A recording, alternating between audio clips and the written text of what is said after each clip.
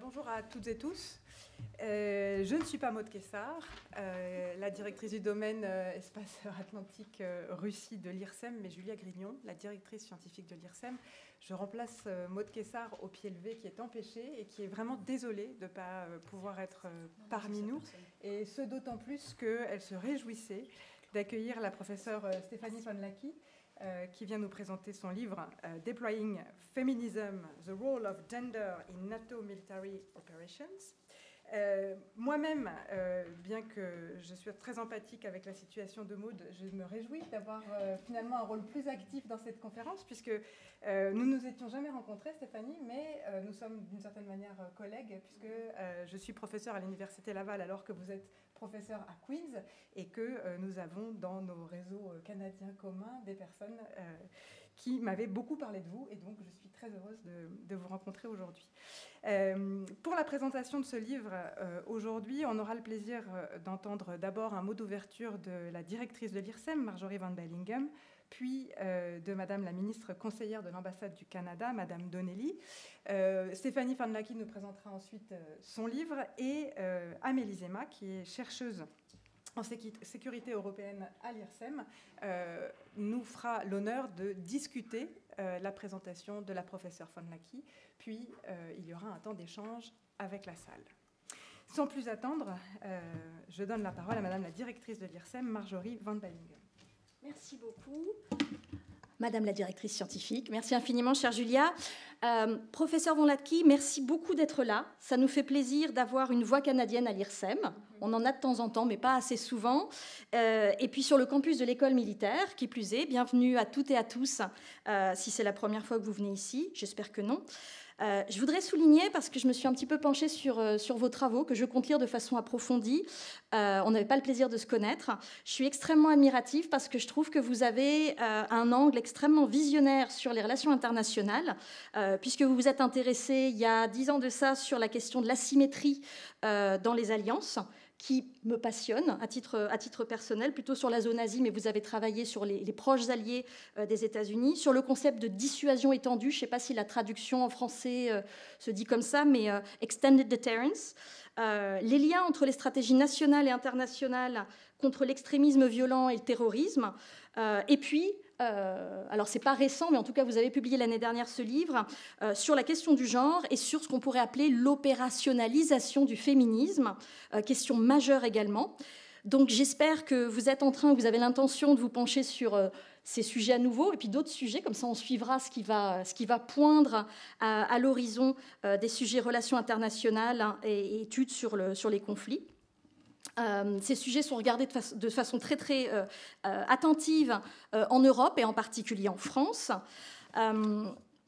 Donc, je pense qu'on va être tout à fait intéressé par les travaux que vous allez nous présenter. Donc, comme Julia l'a dit, il s'agit de Deploying Feminism, the Role of Gender in NATO Military Operations, publié chez Oxford l'année dernière, qui traite de la mise en œuvre de l'agenda Femmes, Paix, Sécurité à l'OTAN.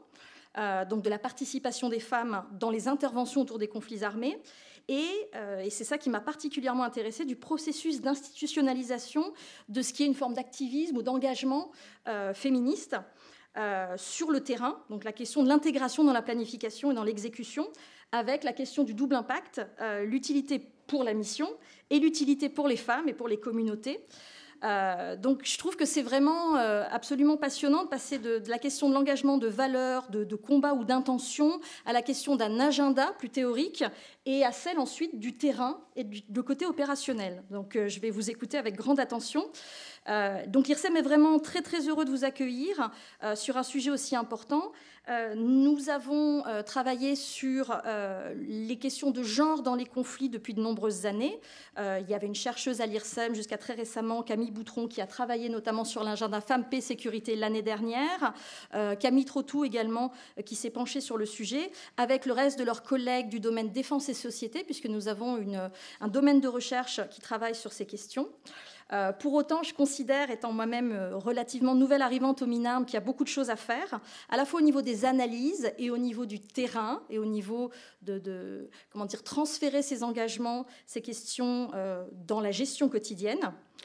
Ce sont des aspects sur lesquels, avec Julia et le reste de l'équipe, on se penche, à la fois comme sujet ou objet d'étude plutôt, mais également comme engagement. Je pense qu'il y a tout un continuum de ne pas simplement parler, c'est un petit peu le mantra que j'ai de diplomatie féministe, sans faire le ménage à l'intérieur dans sa gestion interne. Donc on essaye alors je ne sais pas quel terme on pourrait employer, mainstream, essayer d'intégrer ces questions dans la gestion de notre institut à l'IRSEM.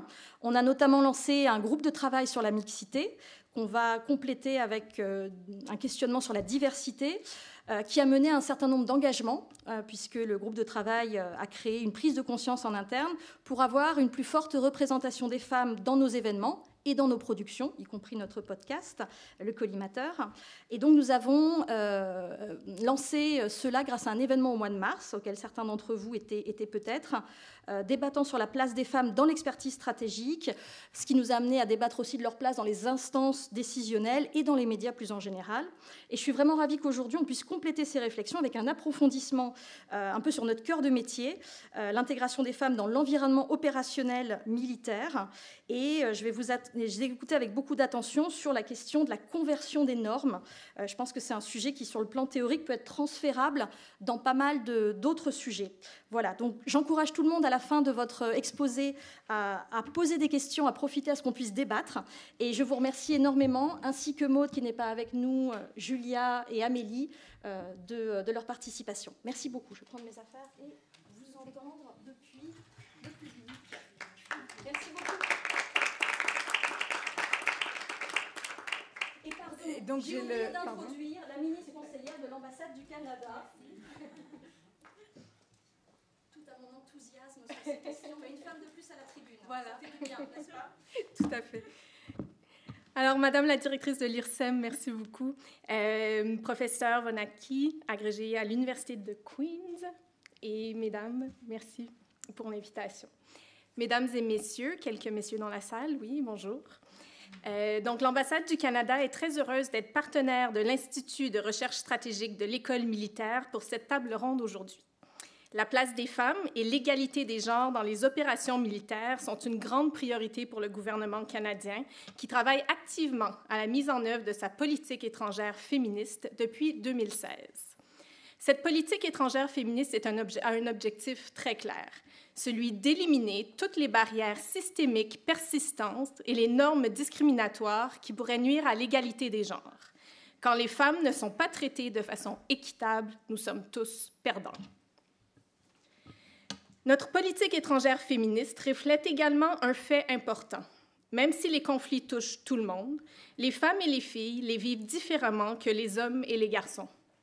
Au-delà de la discrimination, bien sûr, les femmes et les réfugiés déplacés sont particulièrement vulnérables face à la violence sexuelle liée au conflit. Et ici, malheureusement, il y aura encore trop d'exemples à citer. Mais ce qui est important de souligner, c'est aussi le rôle clé que jouent les femmes et les filles dans la préservation de leur communauté en temps de guerre.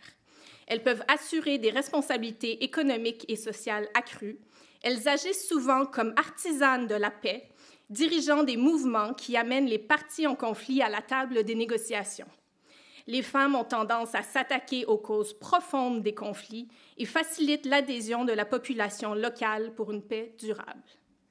Les femmes consolidatrices de paix, dans toute leur diversité, méritent d'être reconnues pour l'impact positif direct qu'elles exercent en matière de prévention et de résolution de conflits dans les situations post-conflit et en première ligne en temps de crise. Or, les processus de résolution des conflits excluent encore trop fréquemment les femmes. Bref, il nous reste vraisemblablement encore beaucoup de chemin à parcourir. Mais il est important également de noter les mesures mises en place au cours des dernières années pour avancer dans la bonne direction. L'un des accomplissements dont le Canada est le plus fier est le lancement en 2017 de l'initiative ELSI, qui cherche à accroître la participation significative des femmes au sein des opérations de maintien de la paix des Nations unies.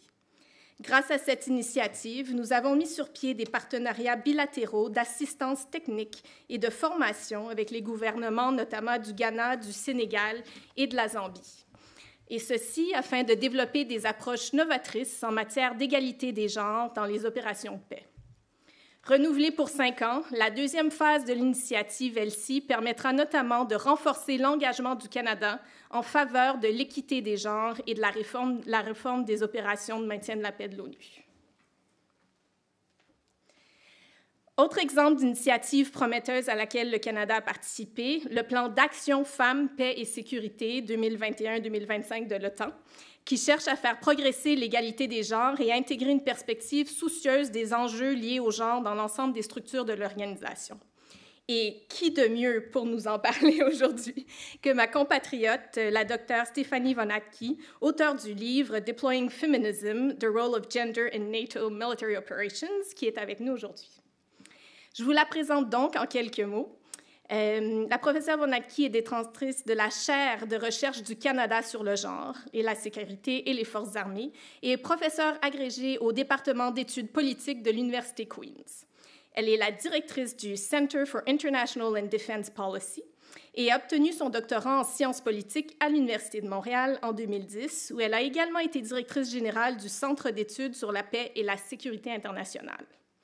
En plus de ses nombreuses publications, la professeure Wonatki est la fondatrice de Women in International Security Canada, lieutenant-colonel honoraire du Princess of Wales Own Regiment.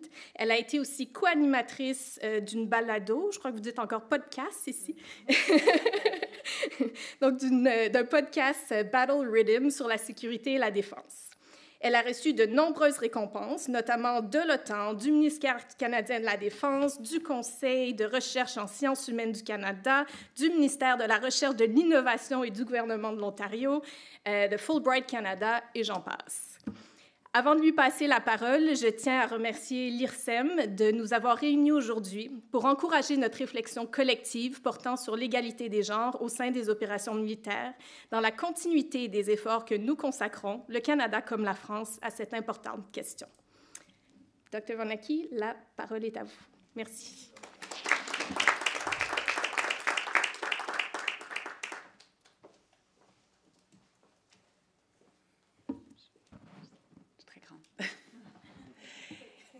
Quel bel accueil, merci beaucoup. Je suis vraiment ravie d'être ici.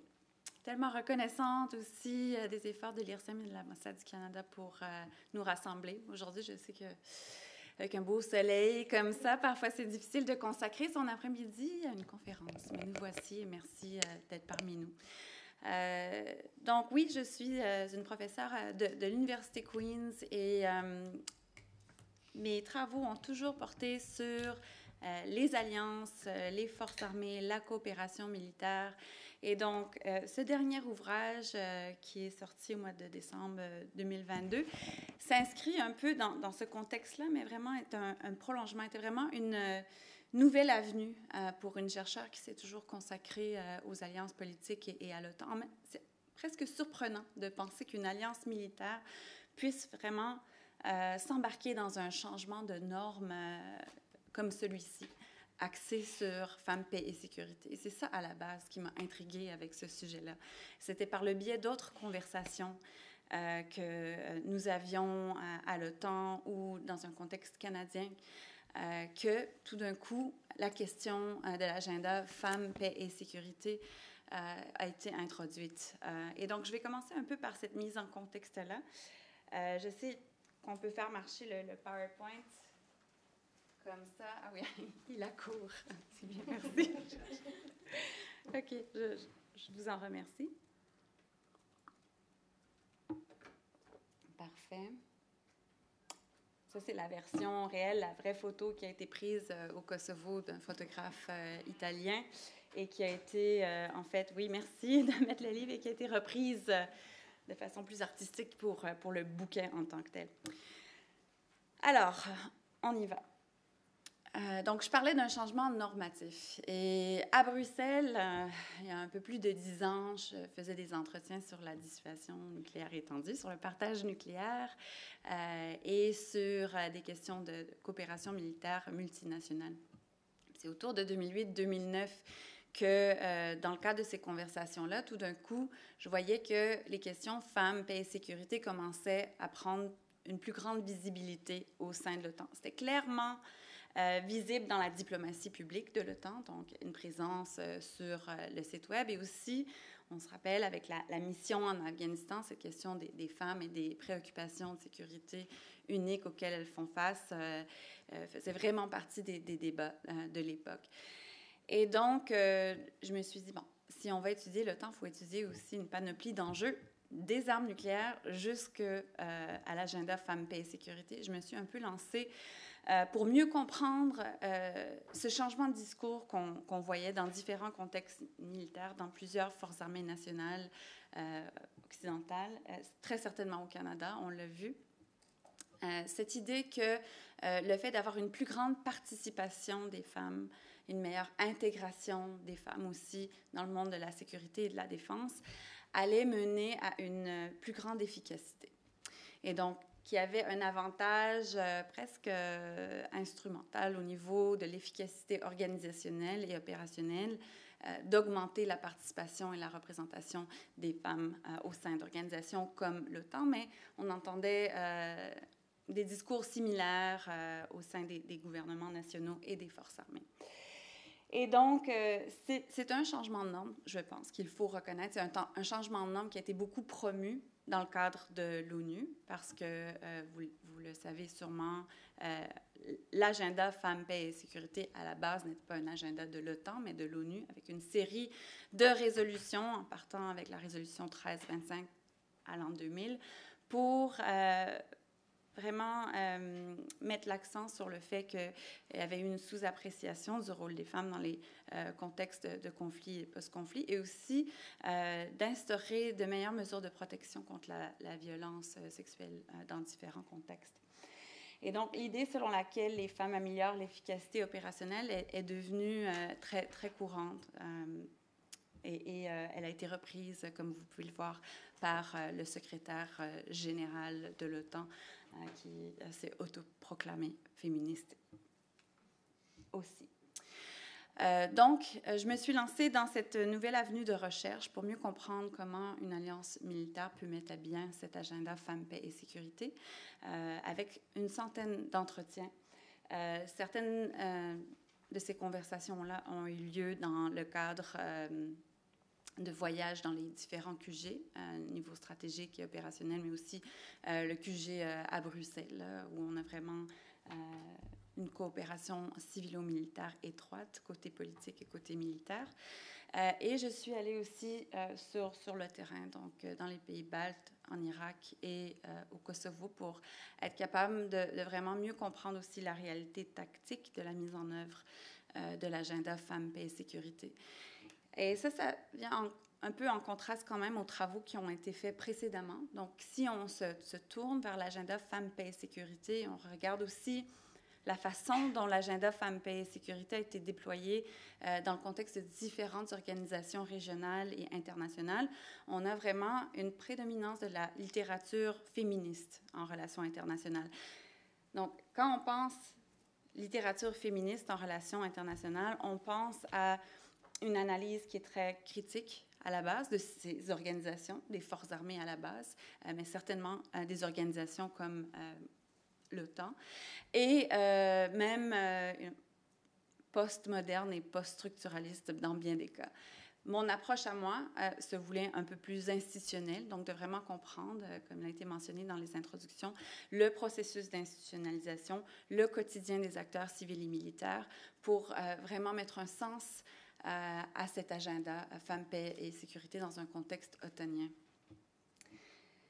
Je vais aussi mentionner, là, par souci de transparence, quand même, que j'ai bénéficié de fonds de recherche quand même importants pour mettre à bien cette recherche, parce que c'est des contextes qui sont plutôt difficiles d'accès dans certains cas, très certainement pour l'Irak. Ce soutien-là était absolument essentiel pour pouvoir faire les entretiens. Donc, MINDS, c'est un programme du ministère de la Défense au Canada. L'OTAN a un programme aussi pour appuyer la recherche qui s'appelle Science for Peace and Security, et notre conseil de recherche au Canada. Alors, quand justement on regarde cette littérature féministe en relations internationales, et puis c'est vraiment, je dirais, 90% là, de la revue de la littérature. Quand on se penche là-dessus, c'est surtout une perspective féministe. Il y a quelques publications aussi de plusieurs think tanks et de groupes de la société civile aussi qui couvrent, qui traitent du sujet femmes, paix et sécurité, mais ce n'est pas vraiment un sujet qui est dans les travaux mainstream sur les études de sécurité, ni sur l'OTAN, ni sur les alliances. Donc, vraiment, on se trouve dans des conversations féministes qui sont extrêmement sceptiques par rapport à ce changement de normes. Extrêmement sceptique à cause qu'à la base, il y a cette vision très critique des organisations militaires, et l'OTAN en fait partie, et aussi à cause de la composition de ces organisations-là. Donc, quand on a une organisation où il y a très peu de femmes qui sont représentées et où il y a une culture qui est très militaire, comment réconcilier ça avec des normes féministes? Et puis, c'est une très bonne question et je pense que l'analyse critique est fort intéressante. Mais en même temps, l'OTAN a trouvé le moyen de le faire. Là, j'ai mis certains anciens représentants du comité militaire là, pour un peu faire valoir le point que, oui, dans certains contextes otaniens, il n'y a pas beaucoup de femmes, mais l'OTAN ayant reconnu ça, le manque de femmes, a quand même trouvé d'autres moyens pour institutionnaliser et mettre en œuvre l'agenda Femmes, Paix et Sécurité. En guise d'exemple, je vous montre ceci, qui est le NATO Gender Advisory Structure. Et donc, ça représente quand même assez bien l'environnement dans lequel je me situais en termes des entretiens et du terrain que j'ai fait. Donc, à défaut, disons, d'augmenter de façon radicale la représentation des femmes dans les structures de l'OTAN, et puis je vais parler de certaines contraintes aussi par rapport à ça pour une organisation comme l'OTAN, l'Alliance a décidé d'introduire des conseillers en matière de genre.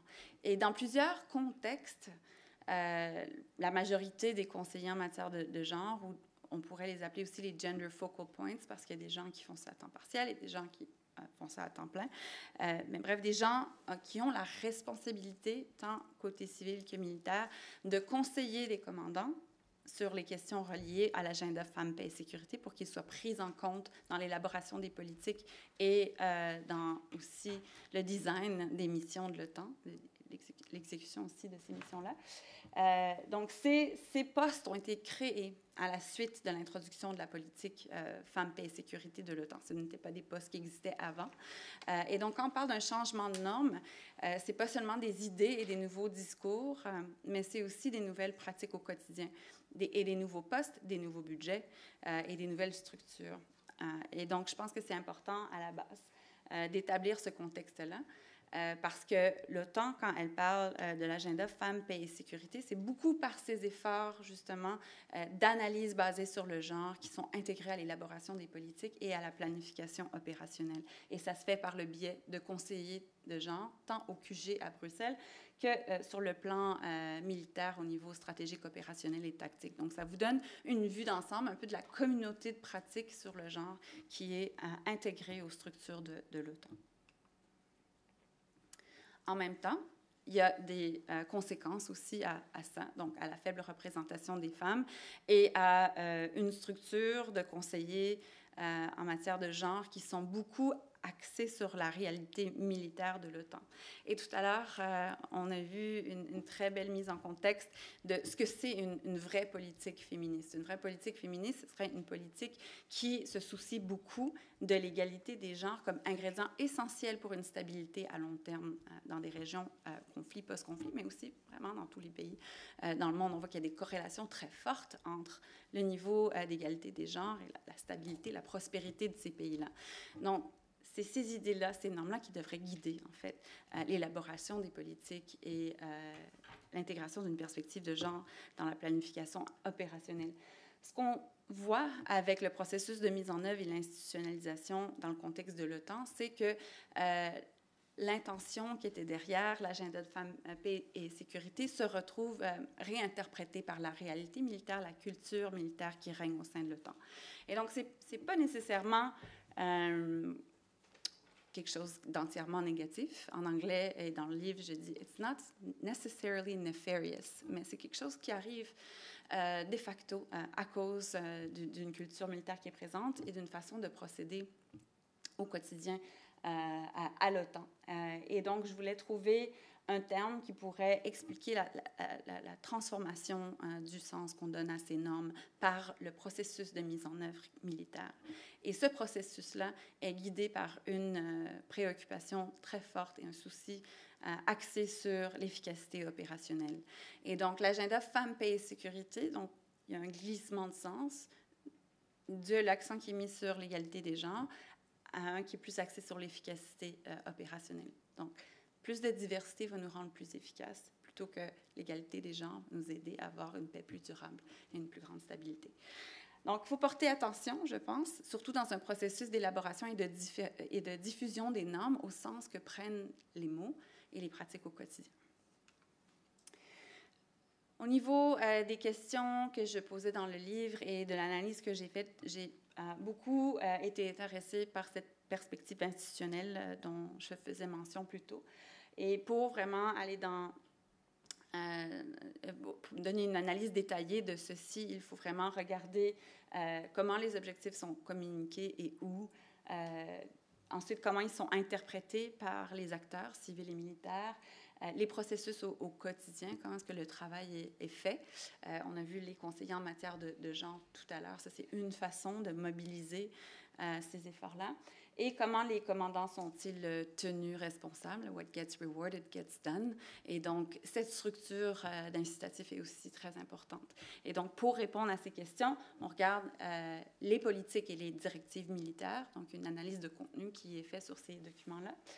Il y a aussi comprendre les interactions au quotidien, les interactions civilo-militaires de l'OTAN, parce qu'elles sont très importantes. On sait que dans un contexte otanien, on peut s'obstiner sur chaque petit mot dans l'élaboration de documents officiels qui sont ensuite rendus publics. Donc, c'est très important de comprendre un peu ces échanges-là. Des entretiens dont je vous ai parlé avec un peu d'observation participante pour vraiment voir un peu le contexte dans lequel l'agenda Femmes, Paix et Sécurité devient pertinent. Et finalement, une étude aussi des structures, comme la structure de commandement. Je vous le dirai tantôt, mais pour moi, c'est une variable clé pour comprendre non seulement si, mais comment ces normes sont mises en pratique. Donc, est-ce qu'on parle juste d'un effort de diplomatie publique ou est-ce qu'on a vraiment une mise en œuvre à tous les niveaux, incluant sur le terrain, dans le milieu tactique?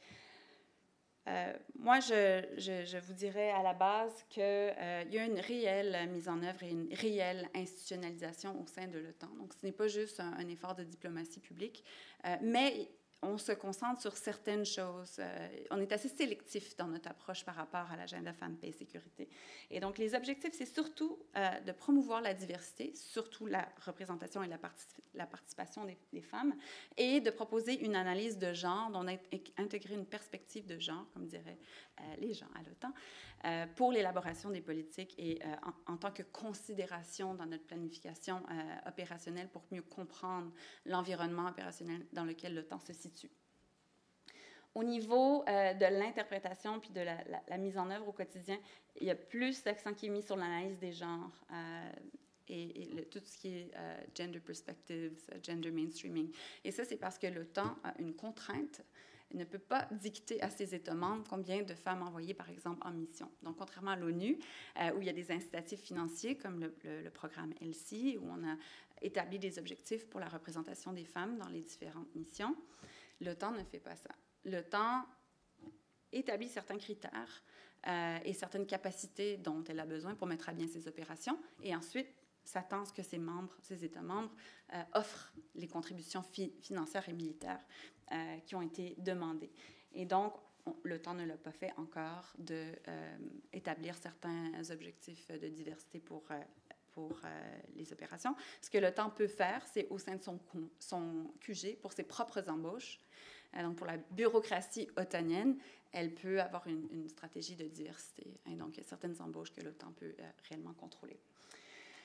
En termes du processus, comment est-ce qu'on fait comprendre ces nouvelles normes au sein, à l'ensemble de l'OTAN? Il y a beaucoup d'activités de formation.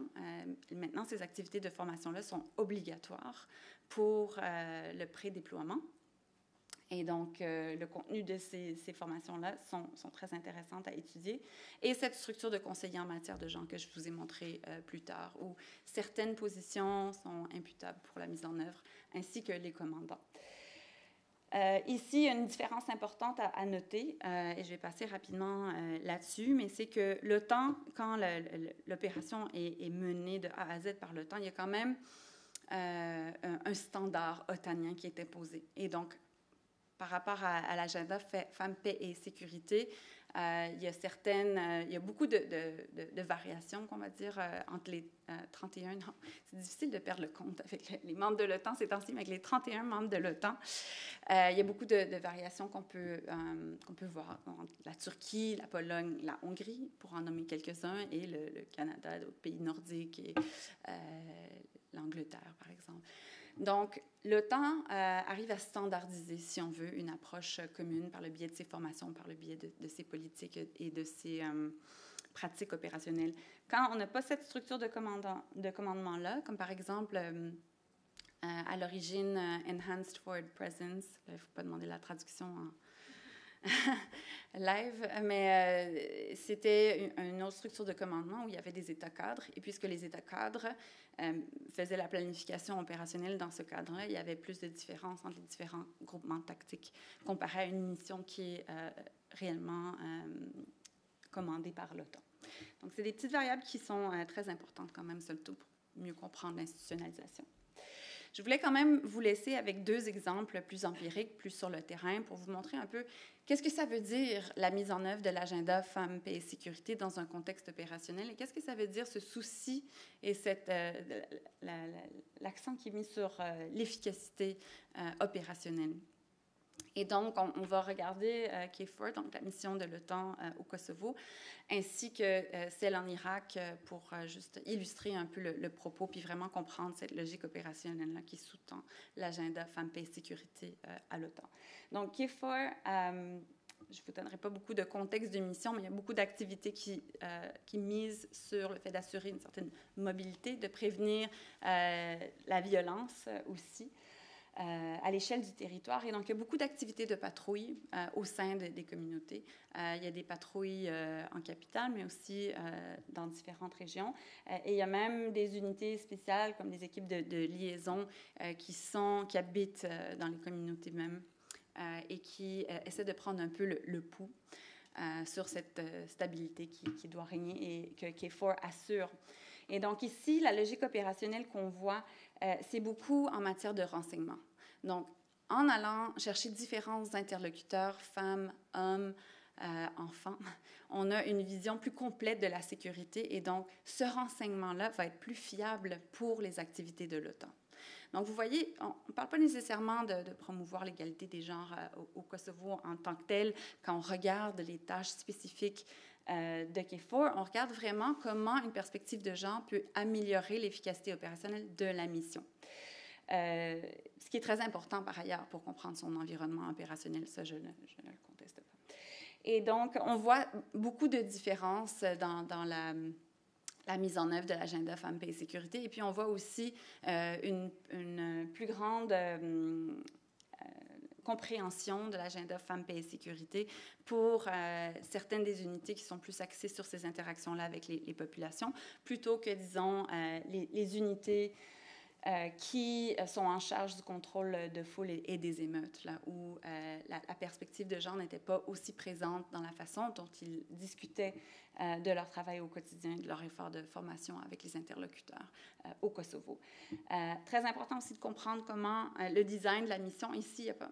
J'ai regardé la traduction de « line of effort », là. Ces lignes d'effort, c'est pas très élégant, je m'excuse de ça. Mais il n'y a pas de ligne d'effort qui est dédiée à l'agenda Femmes, Paix et Sécurité, contrairement à la mission en Irak, on verra. Donc, c'est une planification qui est un peu plus ad hoc, donc nécessairement plus inégale. Et il n'y a aucune femme ni civile dans les postes de leadership. Si on regarde l'équilibre civilo-militaire pour KFOR comparé à l'Irak, par exemple, l'équilibre est plus militaire que civil. Et il y a très peu de femmes, très peu de civils dans ce contexte-là, qui peut limiter le type d'interaction qu'on peut avoir avec des locaux, surtout si on cherche à diversifier ces échanges-là. Par exemple, les patrouilles qui étaient effectuées par les carabinieri, quand je leur ai posé la question s'ils échangeaient avec des interlocuteurs femmes, ils ont dit que non, parce qu'ils n'avaient aucune femme dans leur unité, donc ils n'osaient pas, pour des raisons culturelles. Donc, il y a certaines tâches militaires qui sont contraintes à cause de la représentation démographique sur le terrain. Ici, on a vu qu'il y a eu certaines initiatives qui ont été déployées pour répondre à ces lacunes-là. Donc, nous avons une équipe spéciale qui travaille avec l'ONG Women for Women. Elles ne seront pas à l'aise avec des hommes. Et donc, il y avait une unité seulement de femmes pour pouvoir entretenir cette relation. Avec NMI, une plus grande représentation de femmes, une plus grande représentation de civils. Il y a même eu une commandante de la mission qui était une femme, une Canadienne, on va le mentionner quand même en présence ici.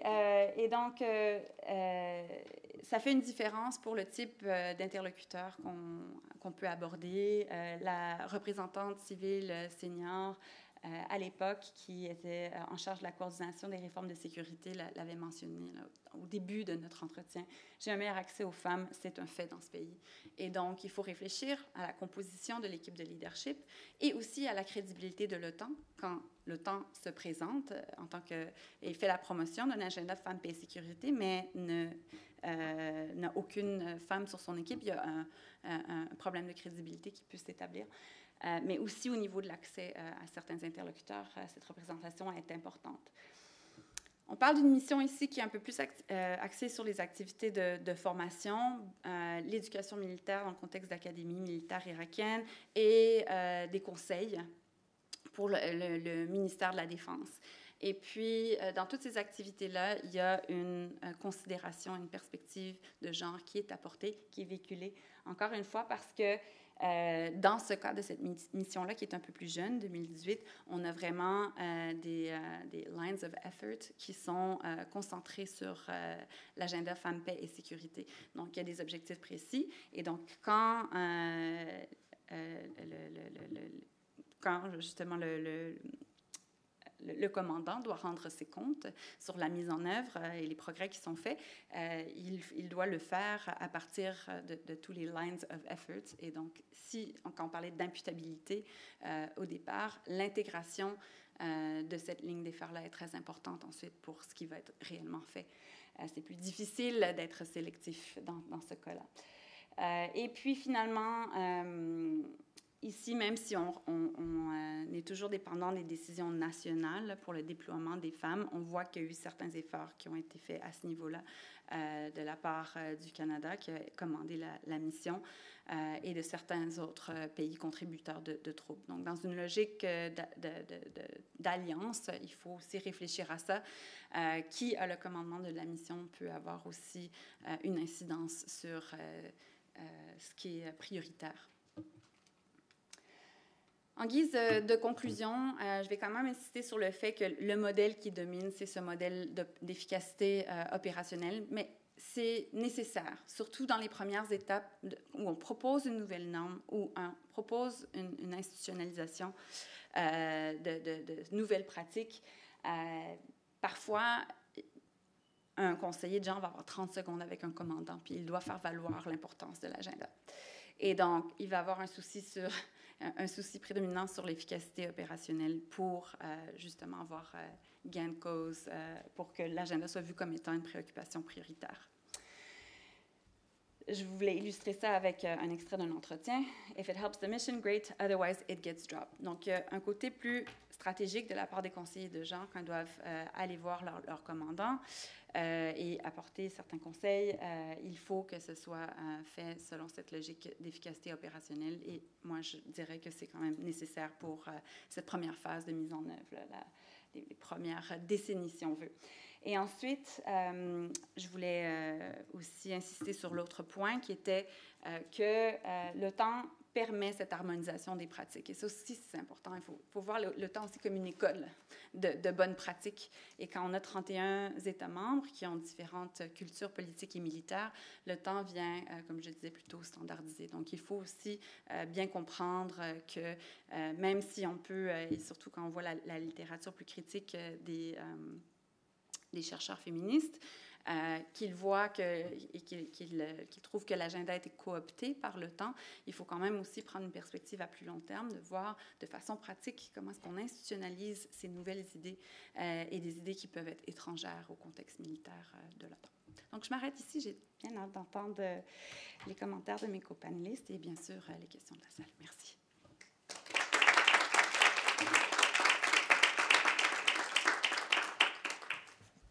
Merci beaucoup, professeur Fonlaki. Je vais tout de suite passer la parole donc à Amélie Zima, qui est chercheuse à l'IRSEM et qui agit aujourd'hui en tant que discutante de votre présentation.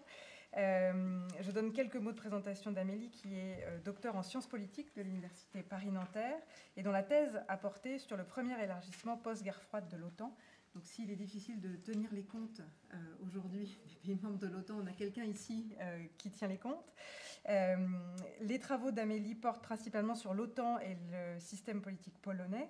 Amélie, vous avez été chercheuse associée au CEFRES de Prague, à l'Institut d'études politiques de l'Académie polonaise des sciences et chercheuse postdoctorale au Centre de civilisation française de l'Université de Varsovie.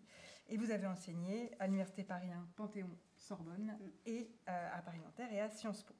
Parmi vos dernières publications, on compte la présence avancée renforcée de l'OTAN dans les pays baltes et en Pologne, qui est une note de l'IRSEM. Je vous encourage à consulter le site internet de l'IRSEM sur lequel vous pouvez trouver toutes nos publications en source ouverte. Et un que sais-je sur l'OTAN qui vient de paraître et dont vous allez avoir une activité de lancement dans le courant du mois de juin. Donc, je vous laisse la parole pour ce commentaire de la présentation de la professeure Fonlaki. Merci. Oui. Bonjour à tous. Je suis honorée d'être parmi vous aujourd'hui pour donc discuter le livre du professeur Fonlaki, un livre que j'ai lu avec grand intérêt et un livre, je dois dire, qui est facile à lire en fait. Et c'est pas le cas de tous les livres scientifiques. En fait, c'est vraiment un livre que, moi, j'ai lu en une journée. C'est vraiment une écriture aisée, facile. Donc, ça n'enlève rien à la qualité évidemment scientifique de cet ouvrage. Ce que j'ai trouvé très intéressant dans l'approche, c'est d'une part la méthode comparative. De comparer ces trois opérations qui sont tout à fait différentes, Irak, KFOR, EFP. Et parce que justement, ça permet vraiment, cette méthode comparative, de relever les différences, les points communs en fonction du critère que vous avez défini, qui est donc cette norme VPS, Women, Peace and Security. Et ça permet de saisir comment cette norme est adaptée selon les contextes. Donc, sous contrôle des États membres, c'est l'EFP, ou alors sous contrôle direct de l'OTAN. Et donc, ça permet évidemment de montrer que la norme est mieux appliquée quand c'est l'OTAN qui supervise directement une mission. Et donc, en plus de cette méthode comparative, vous avez donc une méthode qualitative. Vous avez donc réalisé, comme vous l'avez dit, plus d'une centaine d'entretiens avec des personnels engagés dans les missions OTAN sélectionnées. Et j'aurais voulu peut-être que vous nous en disiez un peu plus sur ces entretiens. Est-ce qu'ils ont été faciles à obtenir ? Peut-être, si vous en avez une centaine quand même. Est-ce que vous avez quand même essuyé des refus ? Est-ce que vous avez eu des demandes de contrôle a posteriori ? Comment ça s'est passé ? Est-ce que les entretiens ont duré 5 minutes parfois parce qu'on vous disait, bon, c'est très bien, le féminisme, c'est gentil, mais on va passer aux choses sérieuses. Comment ça s'est passé concrètement ? Ça serait intéressant. Moi, j'ai réalisé un terrain à Bruxelles et, par exemple, il y a une interdiction d'enregistrer les entretiens, ce genre de choses. Alors, donc, cette norme que vous choisissez d'analyser, elle est inscrite à l'agenda de l'ONU. Et vous notez qu'il s'agit quand même d'une définition du féminisme et que le féminisme en soi a des significations multiples et contestées et que là, on est dans une définition qui est celle de l'ONU. Et j'aimerais peut-être qu'on revienne sur cette définition de l'ONU initialement parce que l'ONU parle du principe d'un rôle positif des femmes dans le conflit parce que, je cite, elles réduisent les conflits et la confrontation par leur seule présence. Est-ce qu'on peut mettre peut-être en rapport ce postulat avec des travaux récents sur la violence des femmes en situation de conflit, une violence qui est parfois invisibilisée ou oblitérée parce qu'il y a des normes masculines du militarisme, ou parce qu'on a pu avoir une littérature tout simplement militante qui est réticente à parler de ces violences. Là, je fais référence à un ouvrage qui a été publié en France, un ouvrage collectif de 2 auteurs qui s'appellent Colline Cardier et Geneviève Prévost, qui s'appelle « Penser la violence des femmes », publié à La Découverte en 2012. Donc c'est un ouvrage collectif et qui a des cas au Pérou, en Liban, en Sri Lanka, ou encore des cas historiques, par exemple la Commune de Paris. Et dans certaines situations de conflit, eh bien, ces études montrent que les femmes sont responsables de 40% des violences de guerre. Donc voilà, est-ce qu'on ne peut pas déjà questionner un peu cette norme onusienne? Ensuite, vous montrez, est-ce que cette norme en fait n'est pas établie sur une sorte de prénotion en fait de ce qu'est une femme en fait? Après, vous montrez donc que cette norme est adoptée au sein de l'OTAN. Alors, vous notez d'ailleurs que cette adoption se fait sans consultation avec la société civile.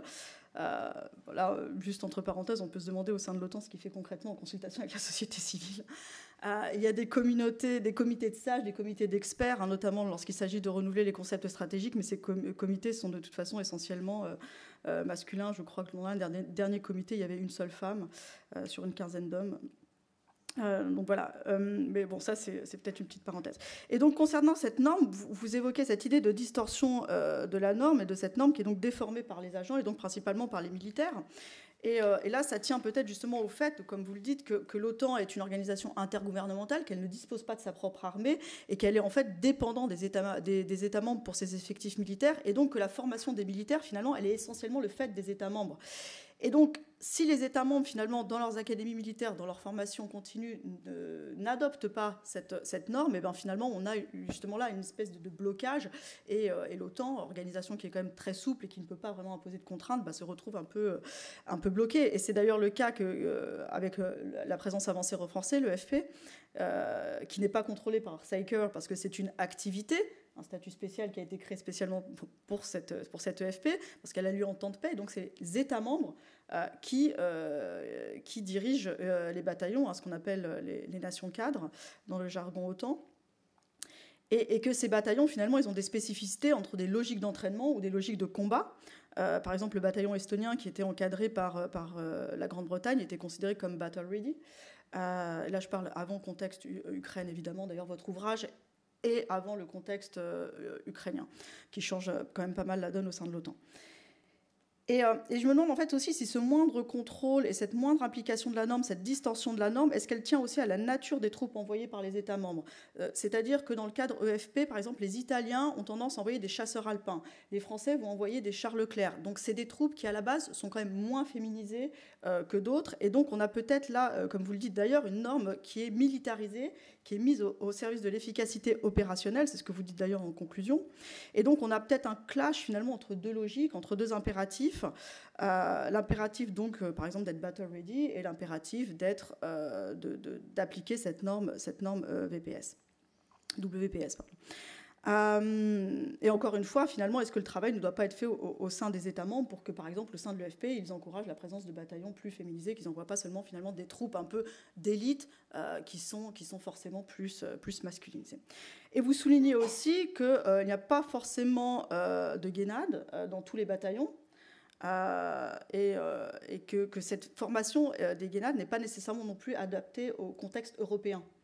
Ils ont une formation qui est peut-être plus adaptée à des contextes où il y a une forte différence culturelle, Irak par exemple, mais que dans des pays comme la Lettonie, voilà, il n'y a pas un clash non plus culturel qui s'opère.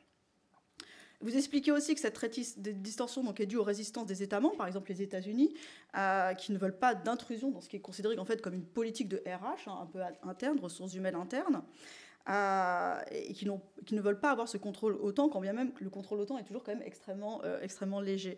Et vous dites aussi que ça clash avec la culture de certains États membres. Vous mentionnez la Turquie, la Hongrie, la Pologne.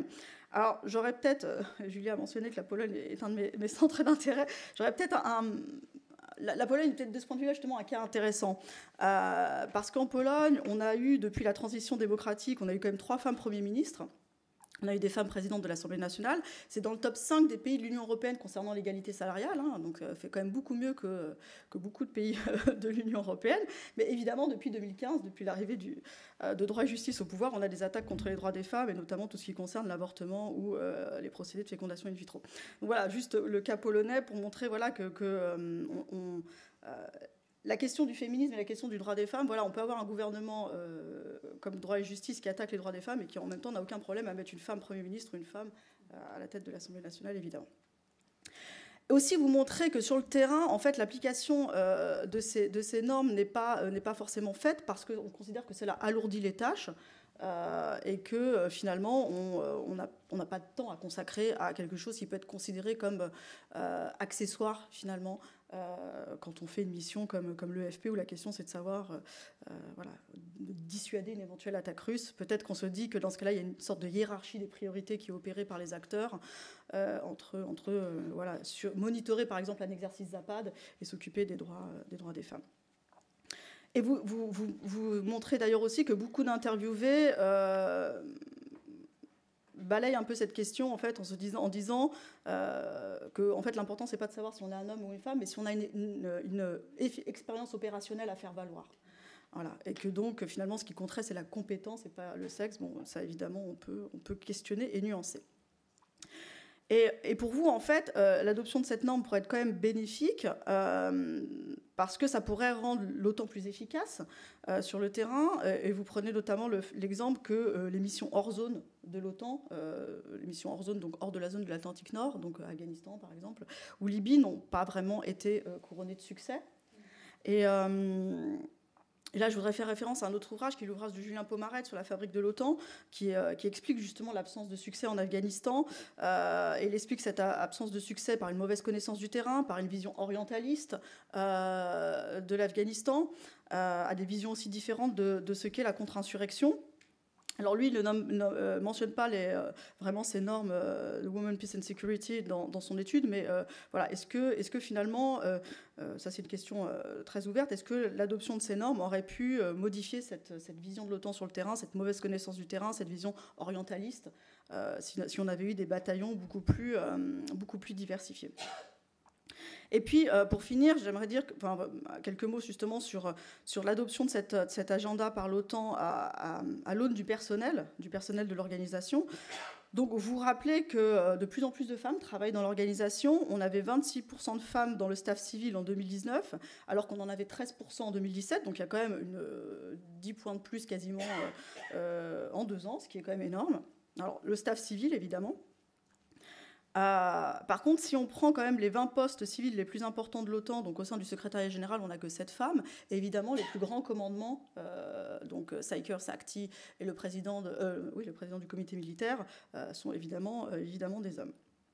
Alors, il y a certains articles, comme celui d'un collègue du réseau d'analyse stratégique, Laurent Borzillot, que vous connaissez peut-être, qui postule la possibilité qu'une femme soit la prochaine secrétaire générale. Vous dites vous-même que, bon, c'est peut-être pas la question la plus importante, de savoir qui est dans le staff et dans le top management de l'OTAN, que l'OTAN a trouvé d'autres moyens, mais est-ce qu'on peut pas dire quand même, et je finirai là-dessus, qu'il reste quand même une sorte de plafond de verre dans l'organisation, et que finalement, l'organisation demande peut-être à ses États certaines choses qu'elle n'applique pas complètement elle-même non plus en son sein. Voilà, et je m'arrêterai ici pour la discussion. Je vous remercie.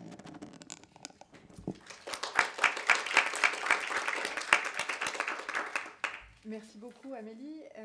Professeur Fonlaki, je vous redonne la parole pour répondre à toutes ces interpellations et questions d'Amélie Dumas. Ça marche, oui. Merci beaucoup d'avoir lu le livre en une journée, en plus, d'avoir consacré, dévoué. Enfin, voilà, c'était... après, moi, je m'intéresse à l'OTAN, donc voilà. Ouais.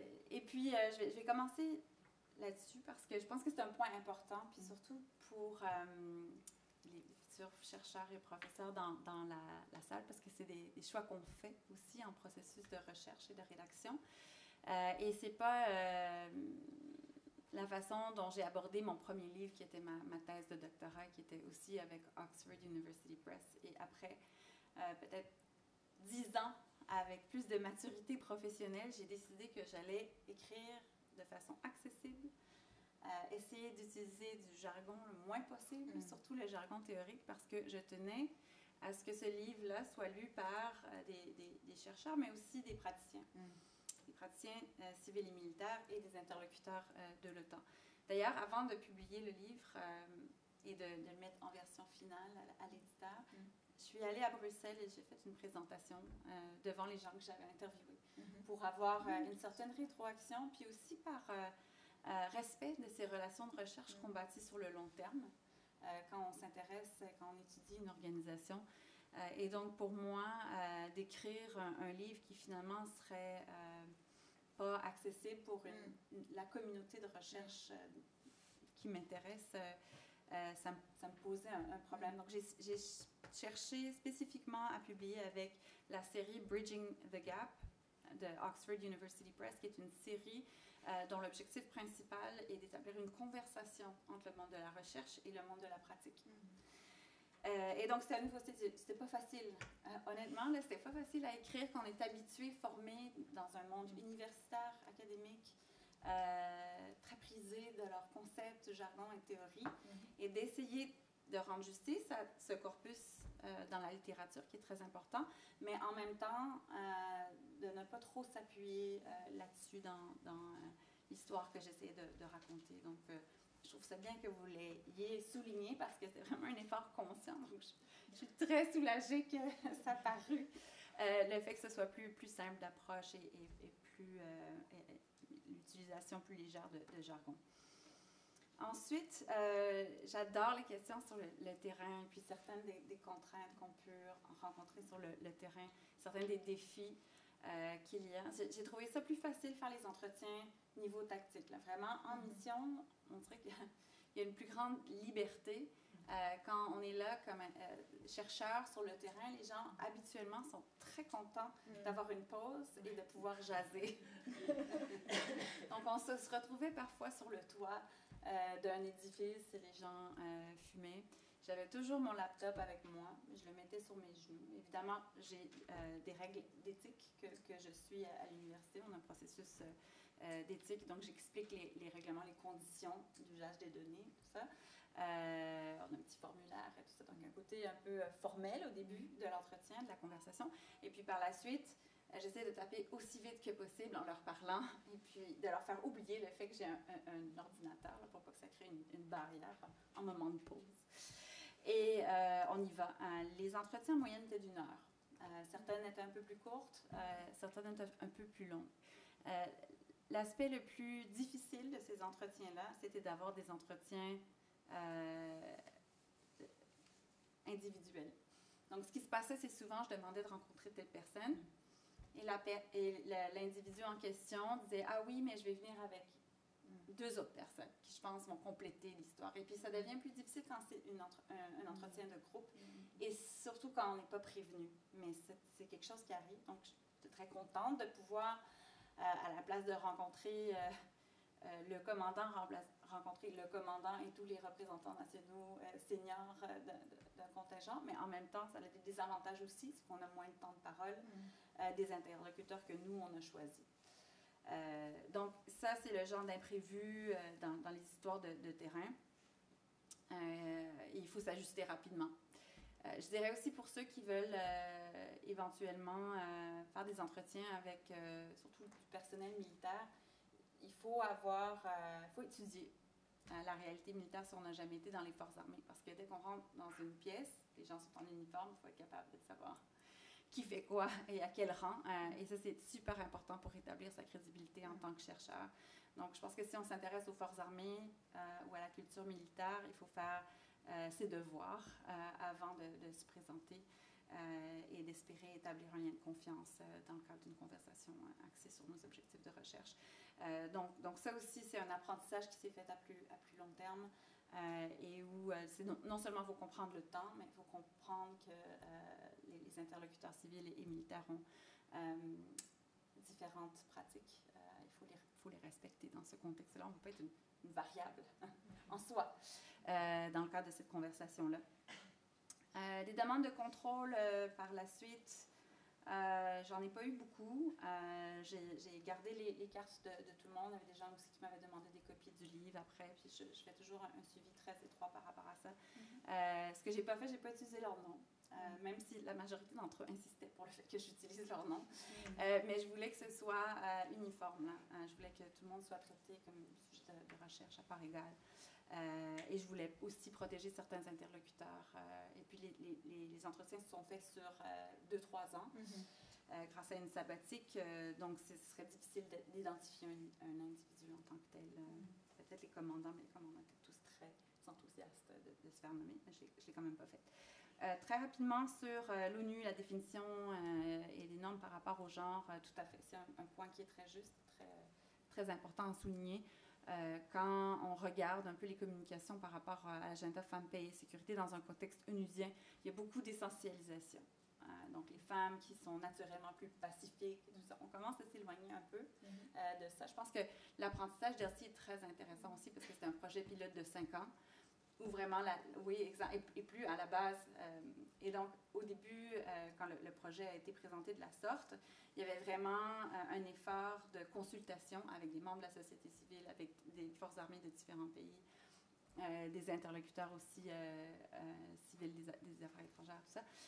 Donc, c'est très intéressant de voir comment le programme Elsie, dans sa phase pilote, avait vraiment engagé cette phase de consultation pour être flexible par rapport à cette définition-là et puis prendre en compte aussi la façon dont les acteurs sur le terrain percevaient leur travail. Mais je pense que ce glissement, cette essentialisation, c'est un autre drapeau rouge à identifier. Il faut faire attention à ça. Et même si ça fait des beaux posters dans les couloirs onusiens, il y a quand même des conséquences à utiliser ce genre de vocabulaire-là. Et puis, ça passe sous silence beaucoup des violences qui sont faites aussi par des femmes combattantes ou des femmes dans différents contextes, conflits, post-conflits, même dans le cadre aussi des études terroristes. On voit aussi beaucoup le rôle qu'a joué les femmes. Consultation de la société civile, pour revenir sur ce point-là, je pense que c'est très important pour la communauté de pratique femmes, paix et sécurité en général. Maintenant, l'OTAN a mis sur pied un comité consultatif avec la société civile. Ils se réunissent une fois par an. Lors de mon lancement de livre à Ottawa, j'étais chanceuse dans la salle. J'avais l'ancienne ambassadrice du Canada à l'OTAN, Kerry Buck, et l'ancienne représentante canadienne de la société civile qui participait aux échanges à l'OTAN. Et puis, elles ont eu un petit débat comme ça, spontané, pendant la période des questions, parce que moi, je m'intéressais, j'étais curieuse de savoir comment est-ce que pour une ambassadrice, le rôle de la société civile était perçu dans le cadre de ces consultations-là. Et pour la représentante de la société civile, est-ce qu'elle trouvait que le fait de participer à ces réunions-là en valait la peine, en valait l'effort, est-ce qu'il y avait une réelle influence? Et puis, leur perspective était complètement divergente. L'ambassadrice disait, oui, on ne pouvait pas vous le dire, mais ce que vous nous avez donné en tant que apport, en tant que points principaux, en tant que rétroaction, ça faisait partie de nos conversations. Ça faisait partie de nos conversations au plus haut niveau. Et puis, on a failli, dans notre responsabilité, de vous communiquer par la suite à quel point ces discussions-là avaient été reprises dans différents contextes. Et puis, c'est un point qu'elle a un peu reconnu comme ça. Pour l'interlocutrice de la société civile, c'est une question de fréquence et le fait de tisser des liens de confiance et le fait qu'une réunion par année, c'est sûrement pas suffisant pour une consultation approfondie avec la société civile. Là-dessus, l'Union européenne, une organisation maintenant que je compare dans le cadre d'un projet plus large où d'autres organisations régionales et internationales vont être étudiées en parallèle à l'OTAN, le fait beaucoup mieux. Donc, ce sont des relations qui sont entretenues plus étroitement au niveau de l'élaboration des politiques. Donc, je pense que c'est un point important. Il y a beaucoup d'autres points. Je ne sais pas si je veux monopoliser tant que ça le micro. Je vais peut-être arrêter là, puis peut-être avec les questions, je vais pouvoir adresser certains des autres points que j'ai notés en cours de route, mais je serais aussi très curieuse de savoir ce qui se passe dans la salle en termes d'interrogations, commentaires ou rétroactions. Et merci à mes visiteurs, ces commentaires étaient fort pertinents. Je les ai tous pris en note. Je suis contente d'avoir demandé du papier. Merci. Alors, donc, sur votre indication, j'ouvre la parole à la salle. Est-ce qu'il y a des questions? Oui, je vous en prie. Il n'y a pas de micro qui circule? Si, il y en a? Ok, parfait. On a une équipe extrêmement réactive, on réagit sur les PowerPoint, on réagit sur les micros, on est sur tous les ballons. Est-ce que ça marche? Ah, oui. c'est parfait, en plus, ça fonctionne. Bonjour et merci beaucoup pour cette intervention. Pour me présenter, je travaille au ministère des Affaires étrangères français et je travaille justement sur ces questions de genre à l'OTAN. Donc cette présentation d'aujourd'hui me parle particulièrement. J'aurais juste une question. On l'a dit, il y a quand même des améliorations qu'on peut souligner au niveau de l'OTAN, même si l'état des lieux actuel reste quand même nuancé, on pourrait dire. Il y a encore des points négatifs, ne serait-ce que les postes de leadership militaire et civil qui n'ont pas encore été occupés par des femmes et ne le sont toujours pas aujourd'hui. Est-ce que, selon vous, la limite à cette amélioration supplémentaire est l'absence de volonté au niveau des politiques nationales, ou bien est-ce que c'est plutôt une question de temps, c'est-à-dire que cette politique OTAN est relativement récente, enfin la mise en œuvre de l'agenda Femmes, Paix et Sécurité à l'OTAN est relativement récente, comme on l'a dit. Donc est-ce qu'il faut laisser, entre guillemets, le temps faire un petit peu avancer tout ça ? Et est-ce qu'on peut espérer des améliorations d'autant plus positives dans quelques années ? Ou est-ce que, en fait, l'enjeu de cette organisation qu'est l'OTAN, c'est la confrontation des 31 politiques nationales et que donc, malheureusement, on y revient toujours et on y sera peut-être toujours et indéfiniment, entre guillemets, confronté. Donc voilà, j'aurais été preneuse de votre avis sur ça et aussi éventuellement preneuse si vous avez identifié des points d'amélioration à l'avenir. Qu'est-ce qu'on pourrait faire mieux ?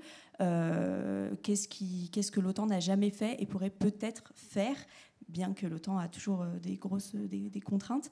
Donc voilà, je suis preneuse de vos réponses sur ça. Merci beaucoup. Merci. Je vois qu'il y a d'autres questions. Est-ce que vous voulez que je prenne un groupe de questions ou vous préférez répondre aux questions On peut y aller de façon... Alors, oui. allons-y. Bonjour, Nathalie Piche, je suis déléguée ministérielle au plan Femmes, Paix et Sécurité au ministère de l'Intérieur. Merci beaucoup pour votre intervention, c'est très passionnant. J'avais beaucoup de questions, mais je vais me limiter et je rebondis sur la question de ma collègue. L'OTAN, c'est effectivement une organisation qui est multilatérale, qui elle-même finalement n'a pas de pouvoir hiérarchique sur la chaîne hiérarchique militaire et dans laquelle il y a à la fois la dimension civile et donc diplomatique avec les ambassadeurs et les ambassadrices qui sont là-bas, notamment à Bruxelles, et vous avez la chaîne militaire. Et donc on est quand même sur deux mondes différents et on le voit bien, nous, en France, quand on a à mettre en œuvre le plan Femmes, Paix et Sécurité, qui est piloté politiquement par le ministère des Affaires étrangères en interministériel, mais qui doit irriguer les différents ministères, que ce soit le ministère de l'Intérieur, le ministère des Armées, etc. Et évidemment, c'est très, très différent. Autant il y a une forte conscience politique et diplomatique du côté du ministère des Affaires étrangères, qui est très conscient, qui porte beaucoup ces questions de genre à l'international, autant on voit bien que la façon dont ça infuse dans les administrations civiles, d'une part, et dans les administrations militaires, où j'englobe évidemment police et gendarmerie, même si les uns ont un statut militaire et pas les autres, mais en tout cas, il y a une culture de ces univers-là qui est complètement différente et qui doit être prise en compte de façon spécifique. Et donc, l'OTAN a les deux éléments, civil et militaire, avec un degré d'appropriation très différent. Donc je voulais avoir votre avis sur la façon la plus pertinente d'appropriation de ce plan Femmes, Paix et Sécurité au niveau de l'OTAN, compte tenu du fait qu'après tout, finalement, ce sont quand même les ambassadeurs et les pouvoirs politiques qui prennent la parole dans ces instances-là. Donc quelle infusion on peut, via finalement les politiques nationales.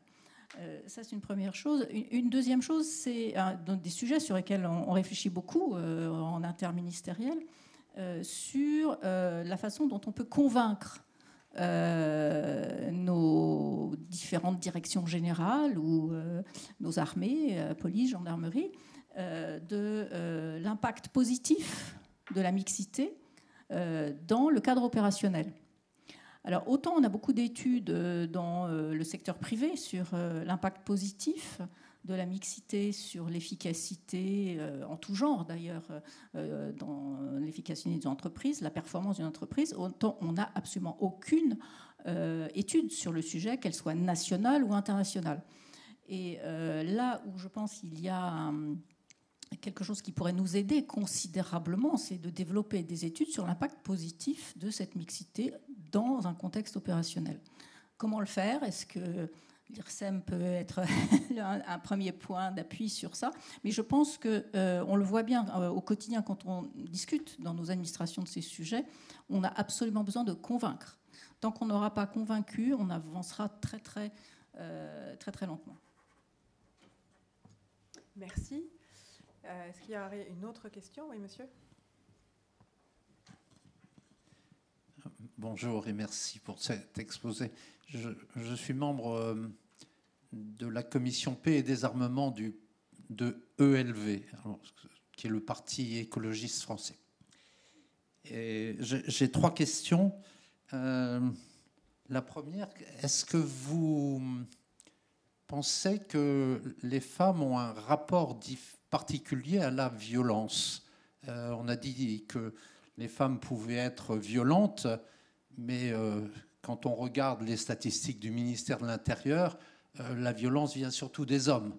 Et quand on voit qui est en prison, c'est en grande majorité des hommes. Alors est-ce qu'il y a un rapport différent des femmes à la violence?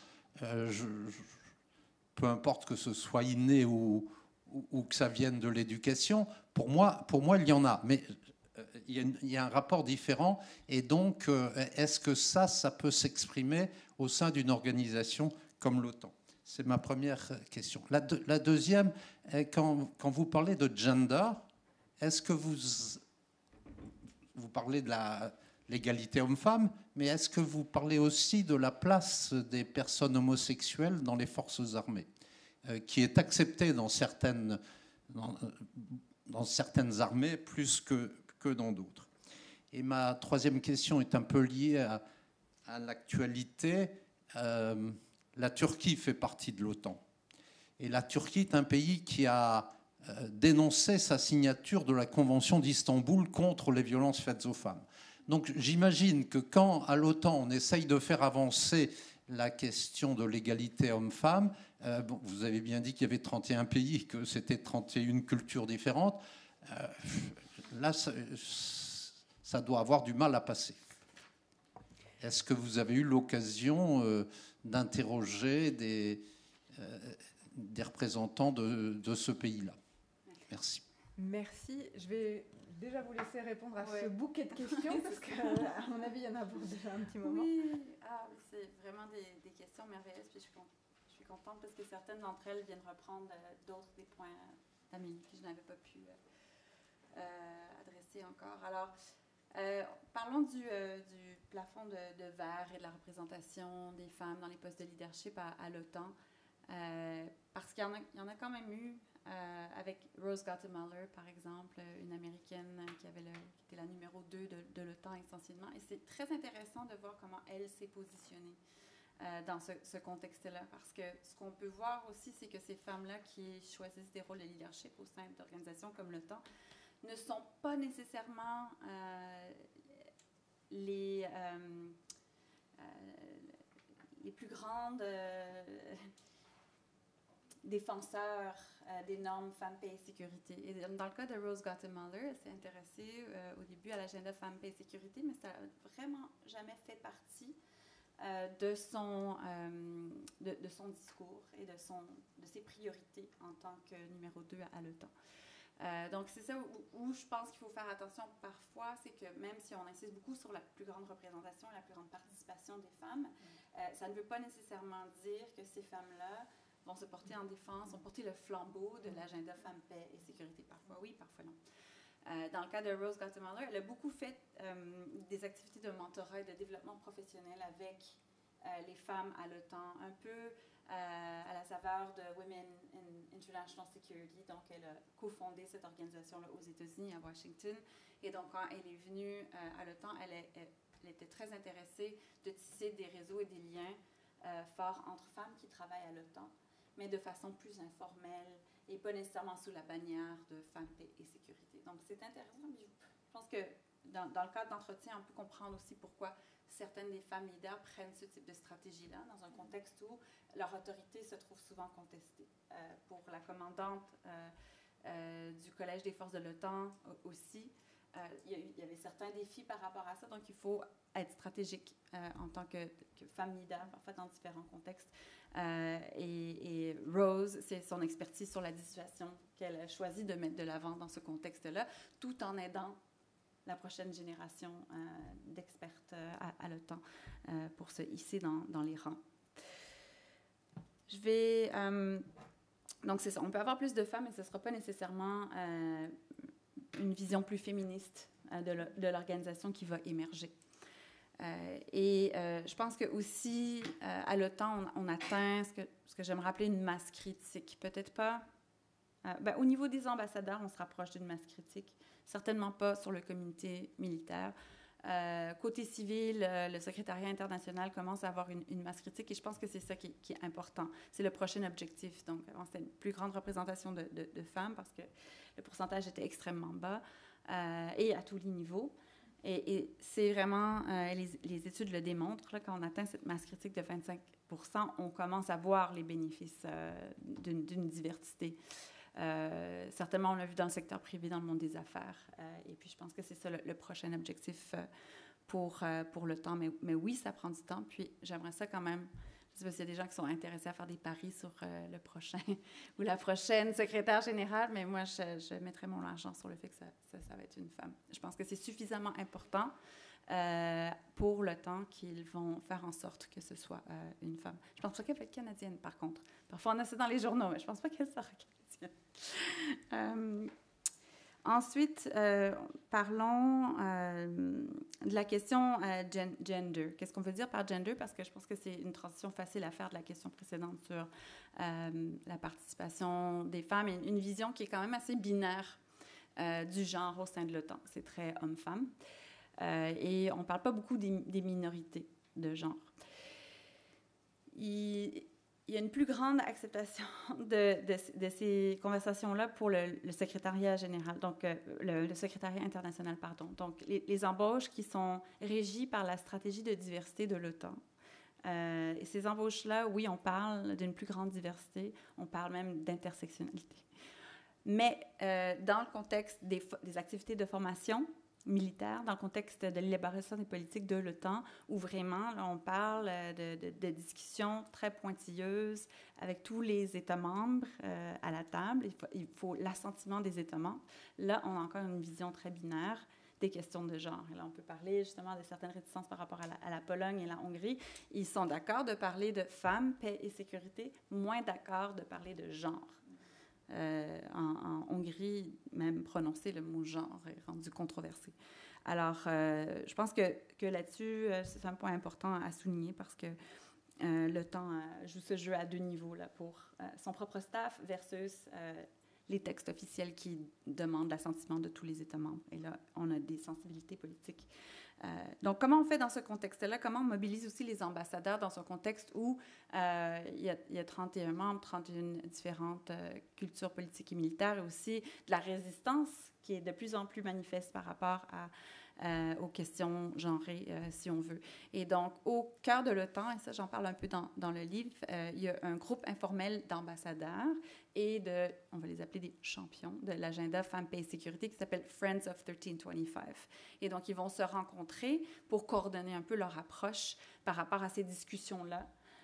Donc, qui va mettre de l'avant telle proposition sur Femmes, Paix et Sécurité? Qui va venir en appui à ceci? Si quelqu'un remet en question la pertinence de Femmes, Paix et Sécurité, qui va s'objecter? Et ensuite, qui va le seconder? Donc, ce sont toutes des stratégies qui sont faites entre ambassadeurs. Ça, je pense que quand les gouvernements changent, peut-être ce groupe de Friends of 1325 change aussi. Donc, parfois, ça va être très important pour l'Espagne, d'autres fois moins. Mais il y a quand même un groupe à la base qui se rencontrent de façon régulière pour coordonner cette approche-là. Et je pense qu'on parlait de stratégie, comment convaincre. C'est non seulement de déployer les arguments, mais c'est de trouver les alliés au sein des institutions qui vont travailler avec soi. Et on le voit beaucoup tant au niveau du secrétariat international que du niveau politique à l'OTAN, il y a ces alliances qui sont faites au sein de l'organisation pour être sûr qu'on ne se ramasse pas tout seul dans ce contexte-là à essayer de défendre cet agenda femmes, paix et sécurité. Mais ça se fait aussi sur plein d'autres enjeux. Plein d'autres enjeux à l'OTAN nécessitent ce type de jeu, ce micro-jeu d'alliance au sein de l'OTAN pour faire valoir certains points, faire avancer les choses. Ça m'amène à l'autre point sur l'efficacité opérationnelle et les arguments de vente, si on veut. Donc ça, c'en est un qui fonctionne. Clairement, je pense qu'après plus de 15 ans à l'OTAN, de voir que les politiques ont été mises en œuvre, de voir que des postes ont été créés, de voir que les formations sont obligatoires, de voir qu'il y a un fonds monétaire spécial qui a été mis sur pied pour financer l'agenda, pour moi, c'est des preuves tangibles qu'il y a eu des progrès, qu'il y a eu des arguments de vente qui ont fonctionné. Et ces arguments de vente, ces premiers arguments de vente qui ont fonctionné, c'est vraiment ceux de l'efficacité opérationnelle, beaucoup ancrés dans l'expérience sur l'Afghanistan. Des commandants qui sont allés en Afghanistan, ils ont eu cette expérience opérationnelle où ils se sont trouvés contraints, sans femmes sur leur équipe, en termes des interactions avec la population locale, où le but principal était « winning hearts and minds » pour ISAF. Donc, tout d'un coup, quand il n'y a pas de 50% de la population dans ces interactions-là, c'est problématique. Et donc, ce qui était bien dans le contexte de l'OTAN, donc, c'était pas seulement les conseillers de genre, et dans les débuts, c'était souvent des conseillers de genre femmes, pas au bon rang, qui devaient essayer de déployer ces arguments de vente. C'était beaucoup mieux une fois que les commandants qui revenaient d'Afghanistan parlaient de ces expériences de terrain opérationnel et mentionnaient l'importance de ce type d'unité mixte ou d'unité avec des femmes. Et donc, dans le livre, dans le chapitre 2, qui est très court à lire,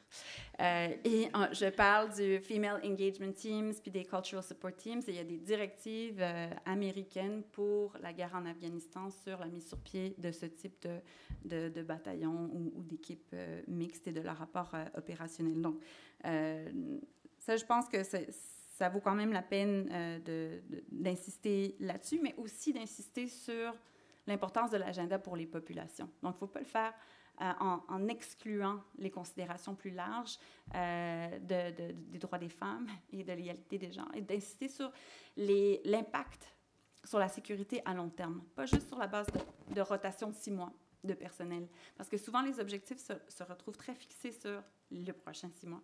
Mais il faut aussi penser à l'efficacité opérationnelle sur le long terme. Et là-dessus, les indicateurs, les corrélations sont tellement claires. Si on souhaite une efficacité opérationnelle à long terme qui est durable, il faut se préoccuper de ces questions-là. Et c'est ça qu'il ne faut pas perdre de vue et ce qui m'inquiète un peu dans la façon dont ça a été mobilisé jusqu'à présent, c'est si on est trop étroitement concentré sur l'efficacité opérationnelle militaire à court terme, on évacue ce contexte plus large qui est aussi important pour avoir la victoire, pour avoir le succès dans le contexte d'une mission. Donc, je pense que ça, c'est les points qu'il faut faire valoir et il y a des données très robustes par rapport à ça qui sont disponibles et mises à jour. Ensuite, je pense que la question qui a été soulevée sur les politiques nationales est très, très importante. Il y a certains changements, oui, qui vont se faire à plus long terme selon les changements de gouvernement, selon des changements qui vont se faire au niveau national à plus long terme. Et oui, la Turquie, c'est toujours compliqué. C'est compliqué sur une panoplie d'enjeux. Puis j'ai fait des entretiens avec la Turquie, puis ils sont très habiles en tant que diplomates. Donc, quand une chercheur va venir leur parler de femmes, paix et sécurité, ils vont être préparés, puis ils ne vont pas nécessairement laisser paraître que dans certaines conversations, ils contestent beaucoup l'interprétation de l'agenda femmes, paix et sécurité.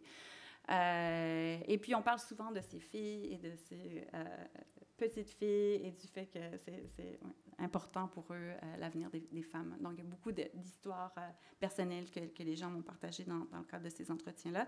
Mais je pense qu'il faut... Oui, la Turquie fait un peu bande à part sur une panoplie d'enjeux, mais elle trouve des alliés au sein de l'OTAN par rapport à cette résistance, par rapport à l'agenda femmes, paix et sécurité.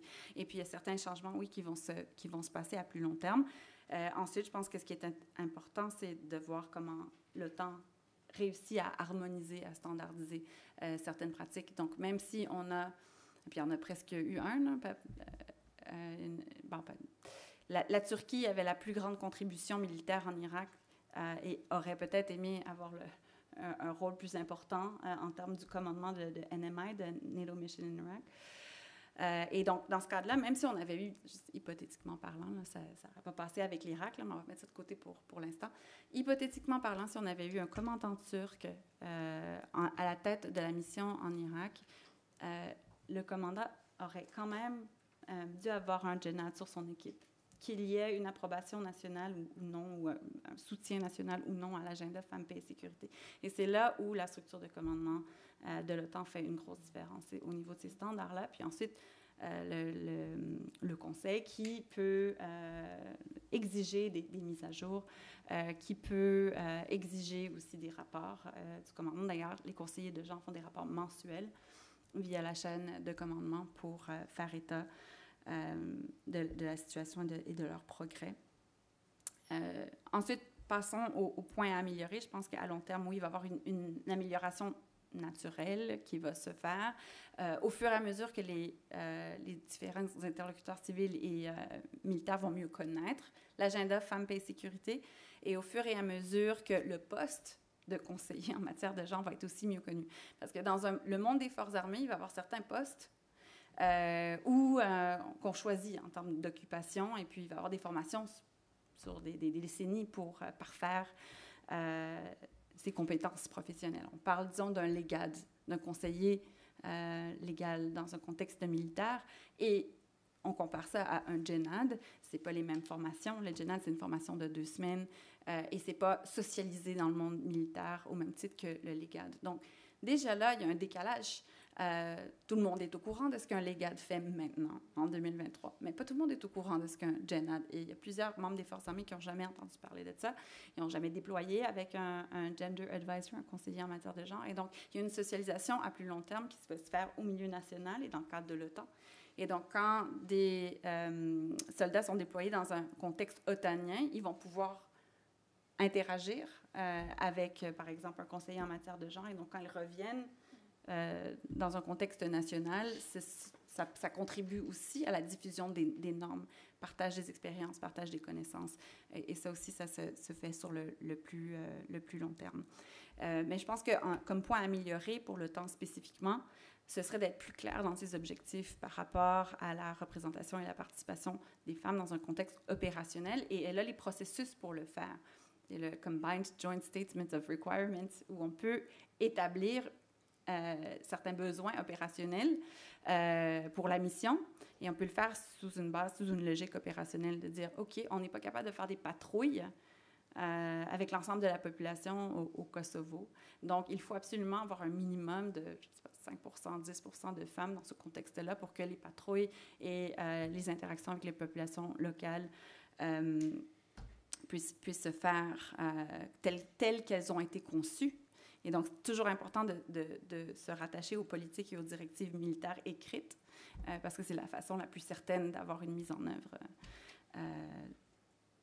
et de pouvoir convaincre les autres interlocuteurs. Donc, je pense que regarder les processus, les conférences de génération de force et tout ça, et d'en faire un enjeu, peut-être d'avoir certains États membres qui mènent ces discussions-là d'abord, mais ça pourrait être le moyen de le faire parce que c'est certainement pas sans précédent. Je sais que c'est pas du tout les mêmes mécanismes à l'ONU qu'à l'OTAN, mais le fait que l'OTAN soit très, très, très réticente à même aborder la question, parce que l'OTAN peut demander, mais elle a choisi de ne pas le faire. Donc, elle pourrait le demander et se faire dire non, ça c'est correct, c'est la prérogative des États membres. Mais donc, je pense que ça, c'est à explorer. Je vais peut-être m'arrêter ici pour prendre mon souffle, puis aussi voir s'il n'y a pas d'autres questions dans la salle. Alors, vous êtes bienvenus à poser vos questions si vous en avez. Oui ? Tout au fond de la salle, Marie.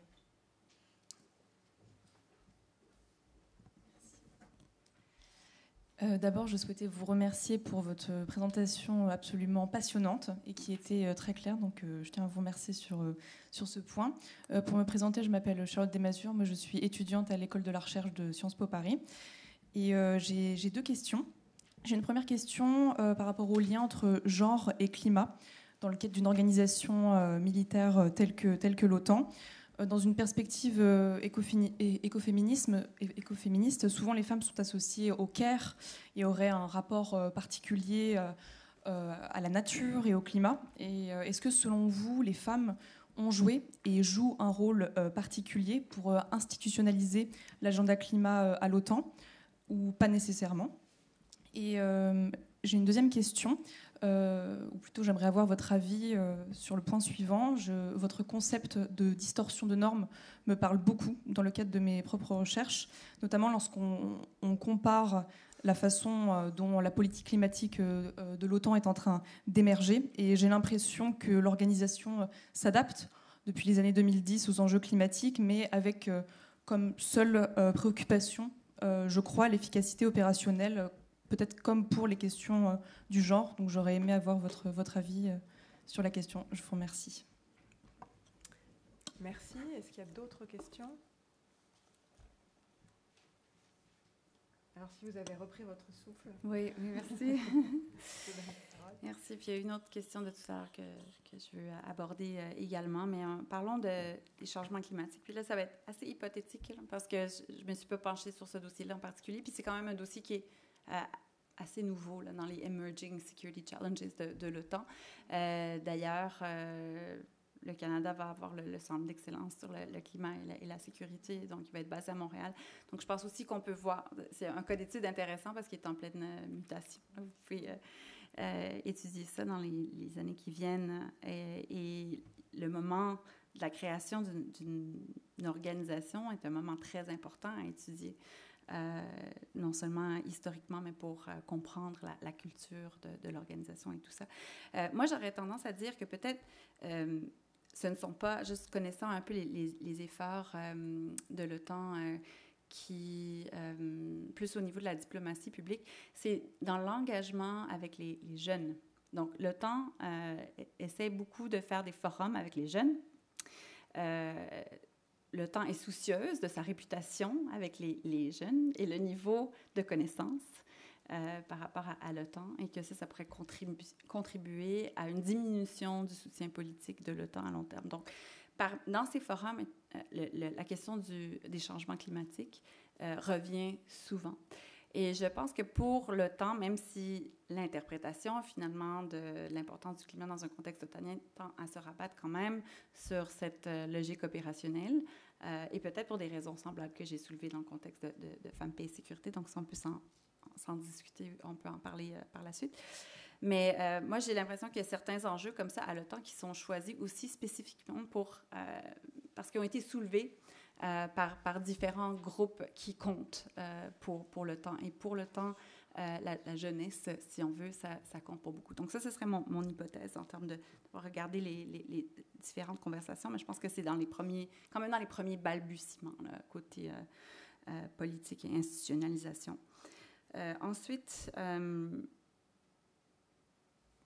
il y avait une autre question que je voulais aborder, puis c'est les différences civilo-militaires. Donc, plutôt, on avait parlé de peut-être qu'il y a un clivage auquel on doit s'attendre entre les interlocuteurs civils et surtout politiques et militaires au sein de l'OTAN. Puis pour moi, ça a été une des plus grandes surprises de ce projet-là.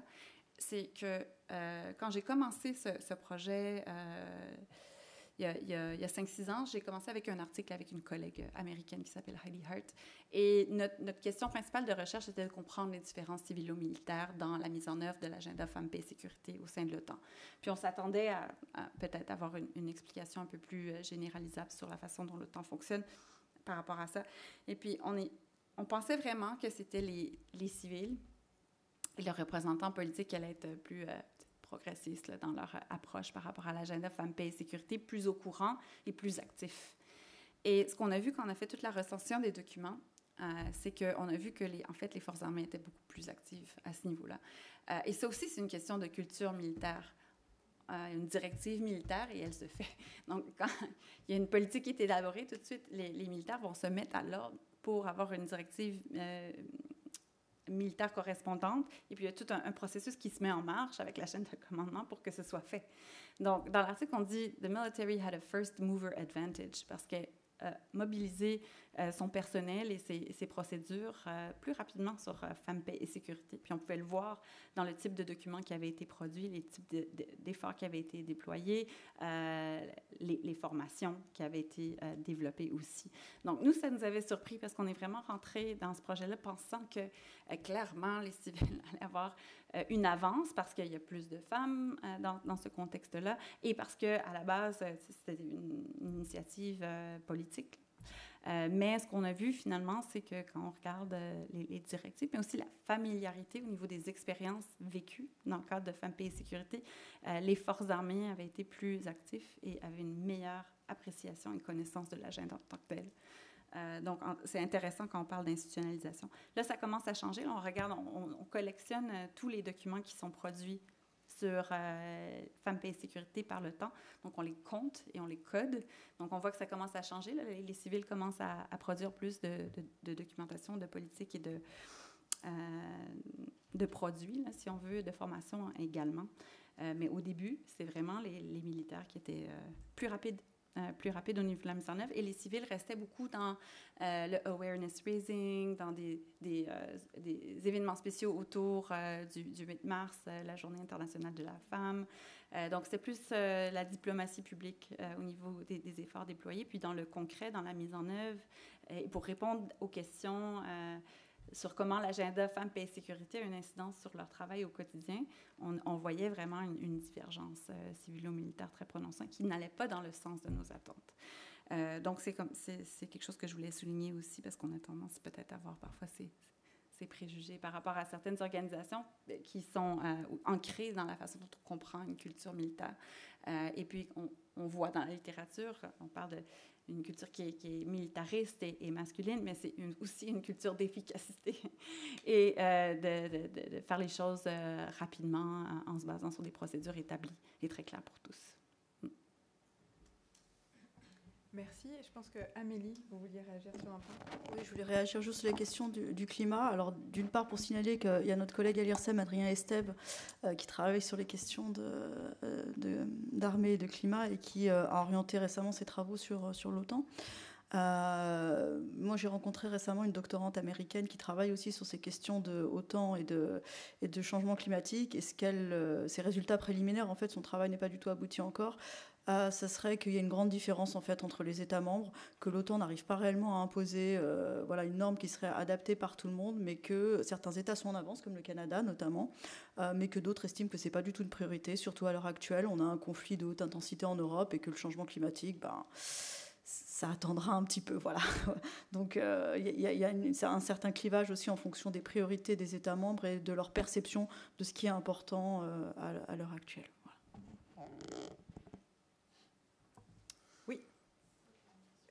Oui, bien sûr. Mais je pense qu'on va vous apporter le micro, comme ça on vous entendra bien jusqu'ici.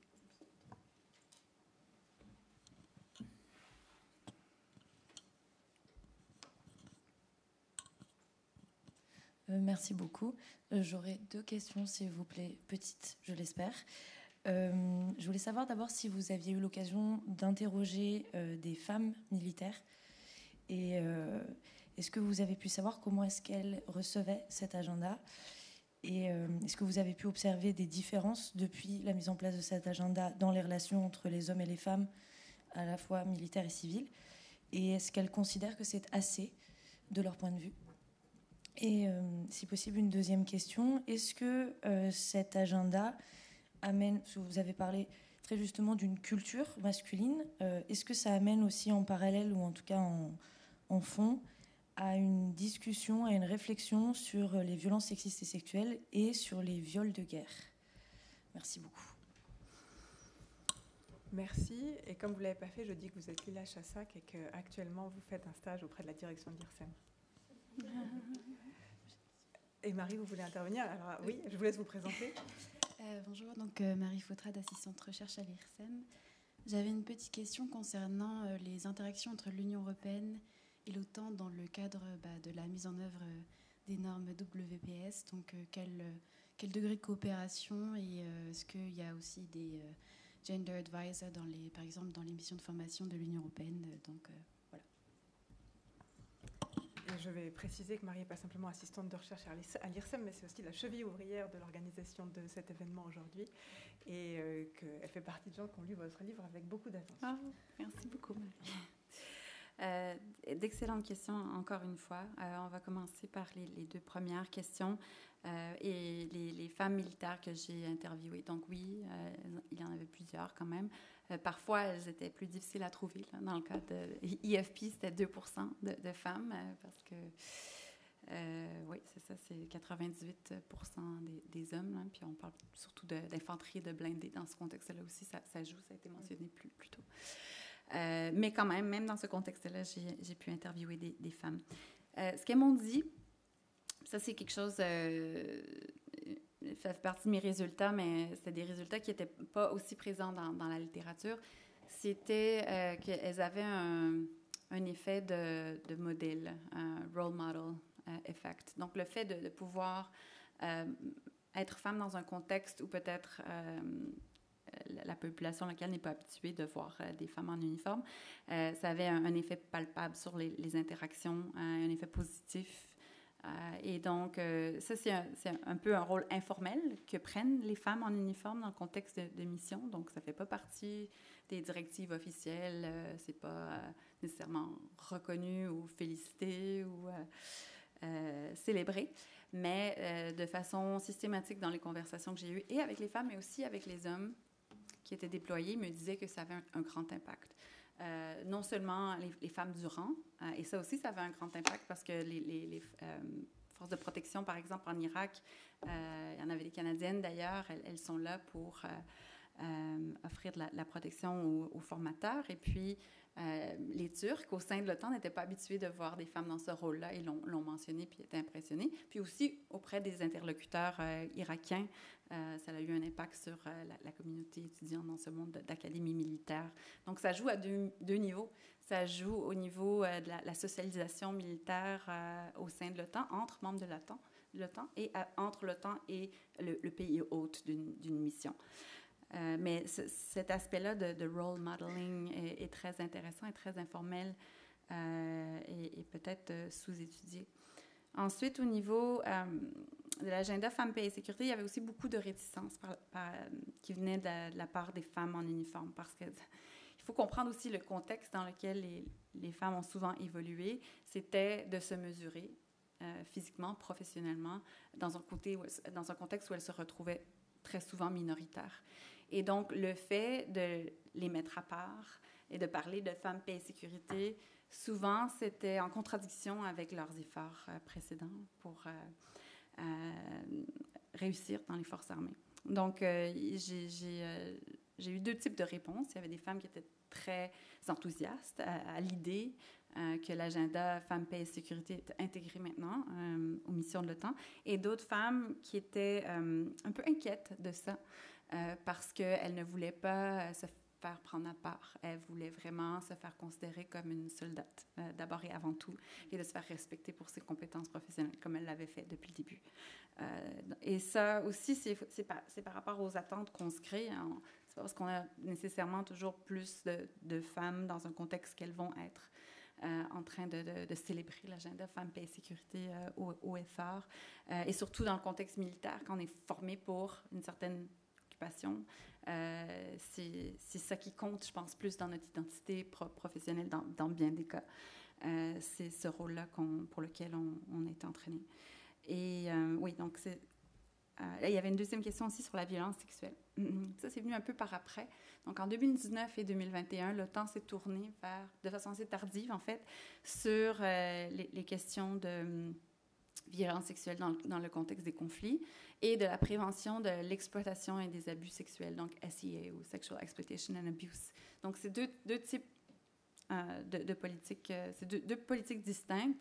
SEA, ça cherche à empêcher les abus et l'exploitation sexuelle de la part des membres de l'OTAN avec qui que ce soit, mais aussi beaucoup avec les populations locales avec lesquelles elles interagissent.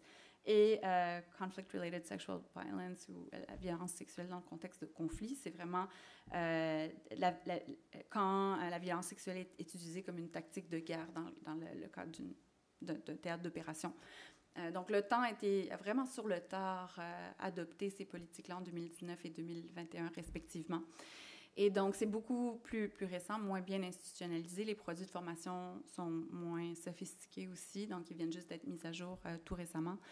Et donc, il y a beaucoup plus de sensibilité politique par rapport au SIA en particulier, donc ce qui est Sexual Exploitation and Abuse, parce qu'il y a certains membres de l'OTAN qui s'objectent à ce que on laisse sous-entendre que ça pourrait être un problème pour les forces otaniennes. Donc, il y a cette réticence qui est exprimée en ce moment dans les conversations à ce sujet-là. Mais puisqu'on est dans les premières années de cette politique-là, je pense qu'on va donner plus de temps à l'institutionnalisation de ces politiques-là. Au niveau de l'ONU, c'est beaucoup plus mature, ces politiques-là. Puis elles ne marchent pas particulièrement bien parce que c'est une politique tolérance zéro. Et puis ça, on pourrait en débattre longuement. Mais il y a beaucoup de lacunes, non seulement à la façon dont ces politiques-là sont formulées, comment on forme le personnel civil et militaire qui sont déployés en mission, et ensuite la mise en œuvre, et les rapports des incidents et tout ça. Donc, l'imputabilité problématique aussi. Donc, excellente question, puis le temps est en retard. Ensuite, pour la question de Marie Fautra, l'Union européenne et l'OTAN. Donc, je reviens tout juste de Bruxelles. Il y a 2 semaines, j'étais à Bruxelles pour faire des entretiens avec des interlocuteurs de l'Union européenne pour comparer la mise en œuvre otanienne à celle de l'Union européenne et pour mieux comprendre un peu les dynamiques de collaboration entre l'UE et l'OTAN. Puis je pense que pour cet agenda, il y a le même type de contraintes, collaboration UE et l'OTAN. Et on regarde, ils ont des membres en commun, et puis ensuite, ils ont des membres qui ne sont pas en commun. Et ces membres-là ont tendance à un peu entraver une collaboration plus profonde, et ça se manifeste aussi pour l'agenda Femmes, Paix et Sécurité. On m'a aussi mentionné le fait qu'au niveau du vocabulaire, le mot genre portait problème souvent dans un contexte de l'Union européenne et que là aussi, il y avait certaines sensibilités, puis il trouvait que c'était plus difficile à l'Union européenne qu'à l'OTAN de faire passer ce message-là qui est en lien avec Femmes, Paix et Sécurité. Parce que l'agenda de l'Union européenne est beaucoup plus large. Donc, quand on parle des questions de genre, quand on parle de Femmes, Paix et Sécurité, ça commence à s'appliquer à non seulement le niveau d'ambition, là, si on veut, là, comme organisation plus supranationale, et se veut plus grand, mais aussi l'éventail des enjeux qui sont touchés par l'agenda Femmes, Paix et Sécurité est beaucoup plus vaste par rapport à l'OTAN. Donc, il y a certaines difficultés que l'Union européenne a, côté politique, que l'OTAN n'a pas. Mais là où je pense on voit un impact clair et important, c'est au fait que finalement, les conseillers de genre, les experts en matière de genre, tant côté civil que militaire, ils forment ensemble une communauté de pratiques. Et c'est au niveau des échanges, des produits, de formation, des bonnes pratiques et d'expertise. Il y a des liens très forts qui ont été tissés. Et il y a beaucoup d'échanges qui sont faits non seulement au personnel, donc l'ancienne conseillère de genre qui était à SHAPE est maintenant conseillère de genre à l'Union européenne. Donc, il y a des transferts de connaissances qui se font entre organisations de cette façon-là. L'ancienne représentante spéciale pour les questions de femmes, paix et sécurité à l'OTAN a passé 10 ans à l'ONU. Donc, plus ces experts en matière de genre se promènent, si on veut, plus on a une diffusion des normes entre les différentes organisations, puis un partage des bonnes pratiques. Et une collaboration là, qui se fait d'égal à égal entre organisations. Et ça, je pense que c'est une dynamique intéressante pour comprendre la diffusion des normes au-delà de ces organisations-là. Et donc, il y a plusieurs conférences qu'ils font ensemble, plusieurs forums et plusieurs échanges de produits. Et puis ensuite, oui, il y a des conseillers de genre qui sont déployés dans les missions de formation de l'Union européenne. Je les ai rencontrés jeudi passé. J'ai fait une présentation sur le bouquin en ligne avec des conseillers de genre au Mozambique, en Bosnie. Il y avait 6 ou 7 conseillers en genre qui étaient présents. Ils ne sont pas tous militaires. C'est ce que j'ai trouvé intéressant en contraste avec l'OTAN, où l'OTAN, les conseillers de genre qui sont déployés en mission sont strictement militaires. Il n'y a pas de conseillers en matière de genre civil qui sont déployés dans ces contextes-là. Donc, l'Union européenne a sa propre approche par rapport au déploiement des conseillers de genre, et puis une plus grande mixité au niveau du type de profil qu'on recherche pour ce genre de rôle. Et donc, c'était intéressant d'avoir leur perspective de terrain, puisque je n'y suis pas allée là, dans le contexte de l'Union européenne encore. J'ai juste fait les entretiens en QG et puis cet échange en ligne sur Zoom avec les conseillers de gens déployés. Très bonne question, Marie. Merci. Est-ce qu'il y aurait une dernière question? Je ne sais pas si, Amélie, il y a une réaction de votre part. Stéphanie, si il y a un mot de la fin que vous auriez aimé donner. Oui, mais merci. Merci encore pour cette excellente discussion. Je suis vraiment impressionnée par les questions. Mes attentes étaient hautes, là, mais elles ont été dépassées. Je vais surtout m'adresser aux étudiants et étudiantes dans la salle, parce que je sais qu'il y en a quelques-uns. Puis je vais juste vous lancer l'invitation de me contacter si vous pensez faire du terrain, comme le mien, si vous pensez travailler sur les normes ou si vous pensez travailler sur le temps, parce que ça me fait toujours plaisir de conseiller et d'aider. Et je sais que c'est difficile parfois de se lancer dans ce monde inconnu, mais je peux vous dire que c'est un investissement qu'on fait à long terme pour développer son expertise d'une organisation. On va toujours se retrouver à l'extérieur en tant que chercheur, rôle très important quand même, mais où il faut un certain accès, une certaine compréhension de la culture à l'interne pour bien être capable de l'étudier. Donc, si c'est un parcours auquel vous songez et puis vous aimeriez parler avec une professeure canadienne sur le sujet, je vous invite à ne pas hésiter à me contacter. Donc, j'étais très contente de voir qu'on avait des étudiants et des étudiantes dans l'audience. Merci beaucoup. Et avant de donner une ronde d'applaudissements, je voudrais prononcer moi aussi quelques remerciements. Je voudrais remercier donc vous-même de votre présence ici et Amélie Zima d'avoir lu votre livre et d'avoir discuté vos propos aujourd'hui. Je remercie aussi toute l'équipe de soutien de l'IRSEM et comme je l'ai dit, je veux remercier toute l'équipe de l'espace Euratlantique-Russie, en particulier Marie Fautrade pour sa contribution à cet événement. Et bien sûr, je veux remercier très sincèrement Madame la ministre conseillère de l'ambassade du Canada et toute l'équipe de l'ambassade du Canada qui a rendu cet événement possible et de ce partenariat qui s'est noué de manière ad hoc pour l'organisation de cet événement. C'est un plaisir de vous recevoir. Et donc, je clôt cette conférence, cette table ronde. Je vous remercie infiniment pour vos propos inspirants. Et donc, là, maintenant, je vous invite à...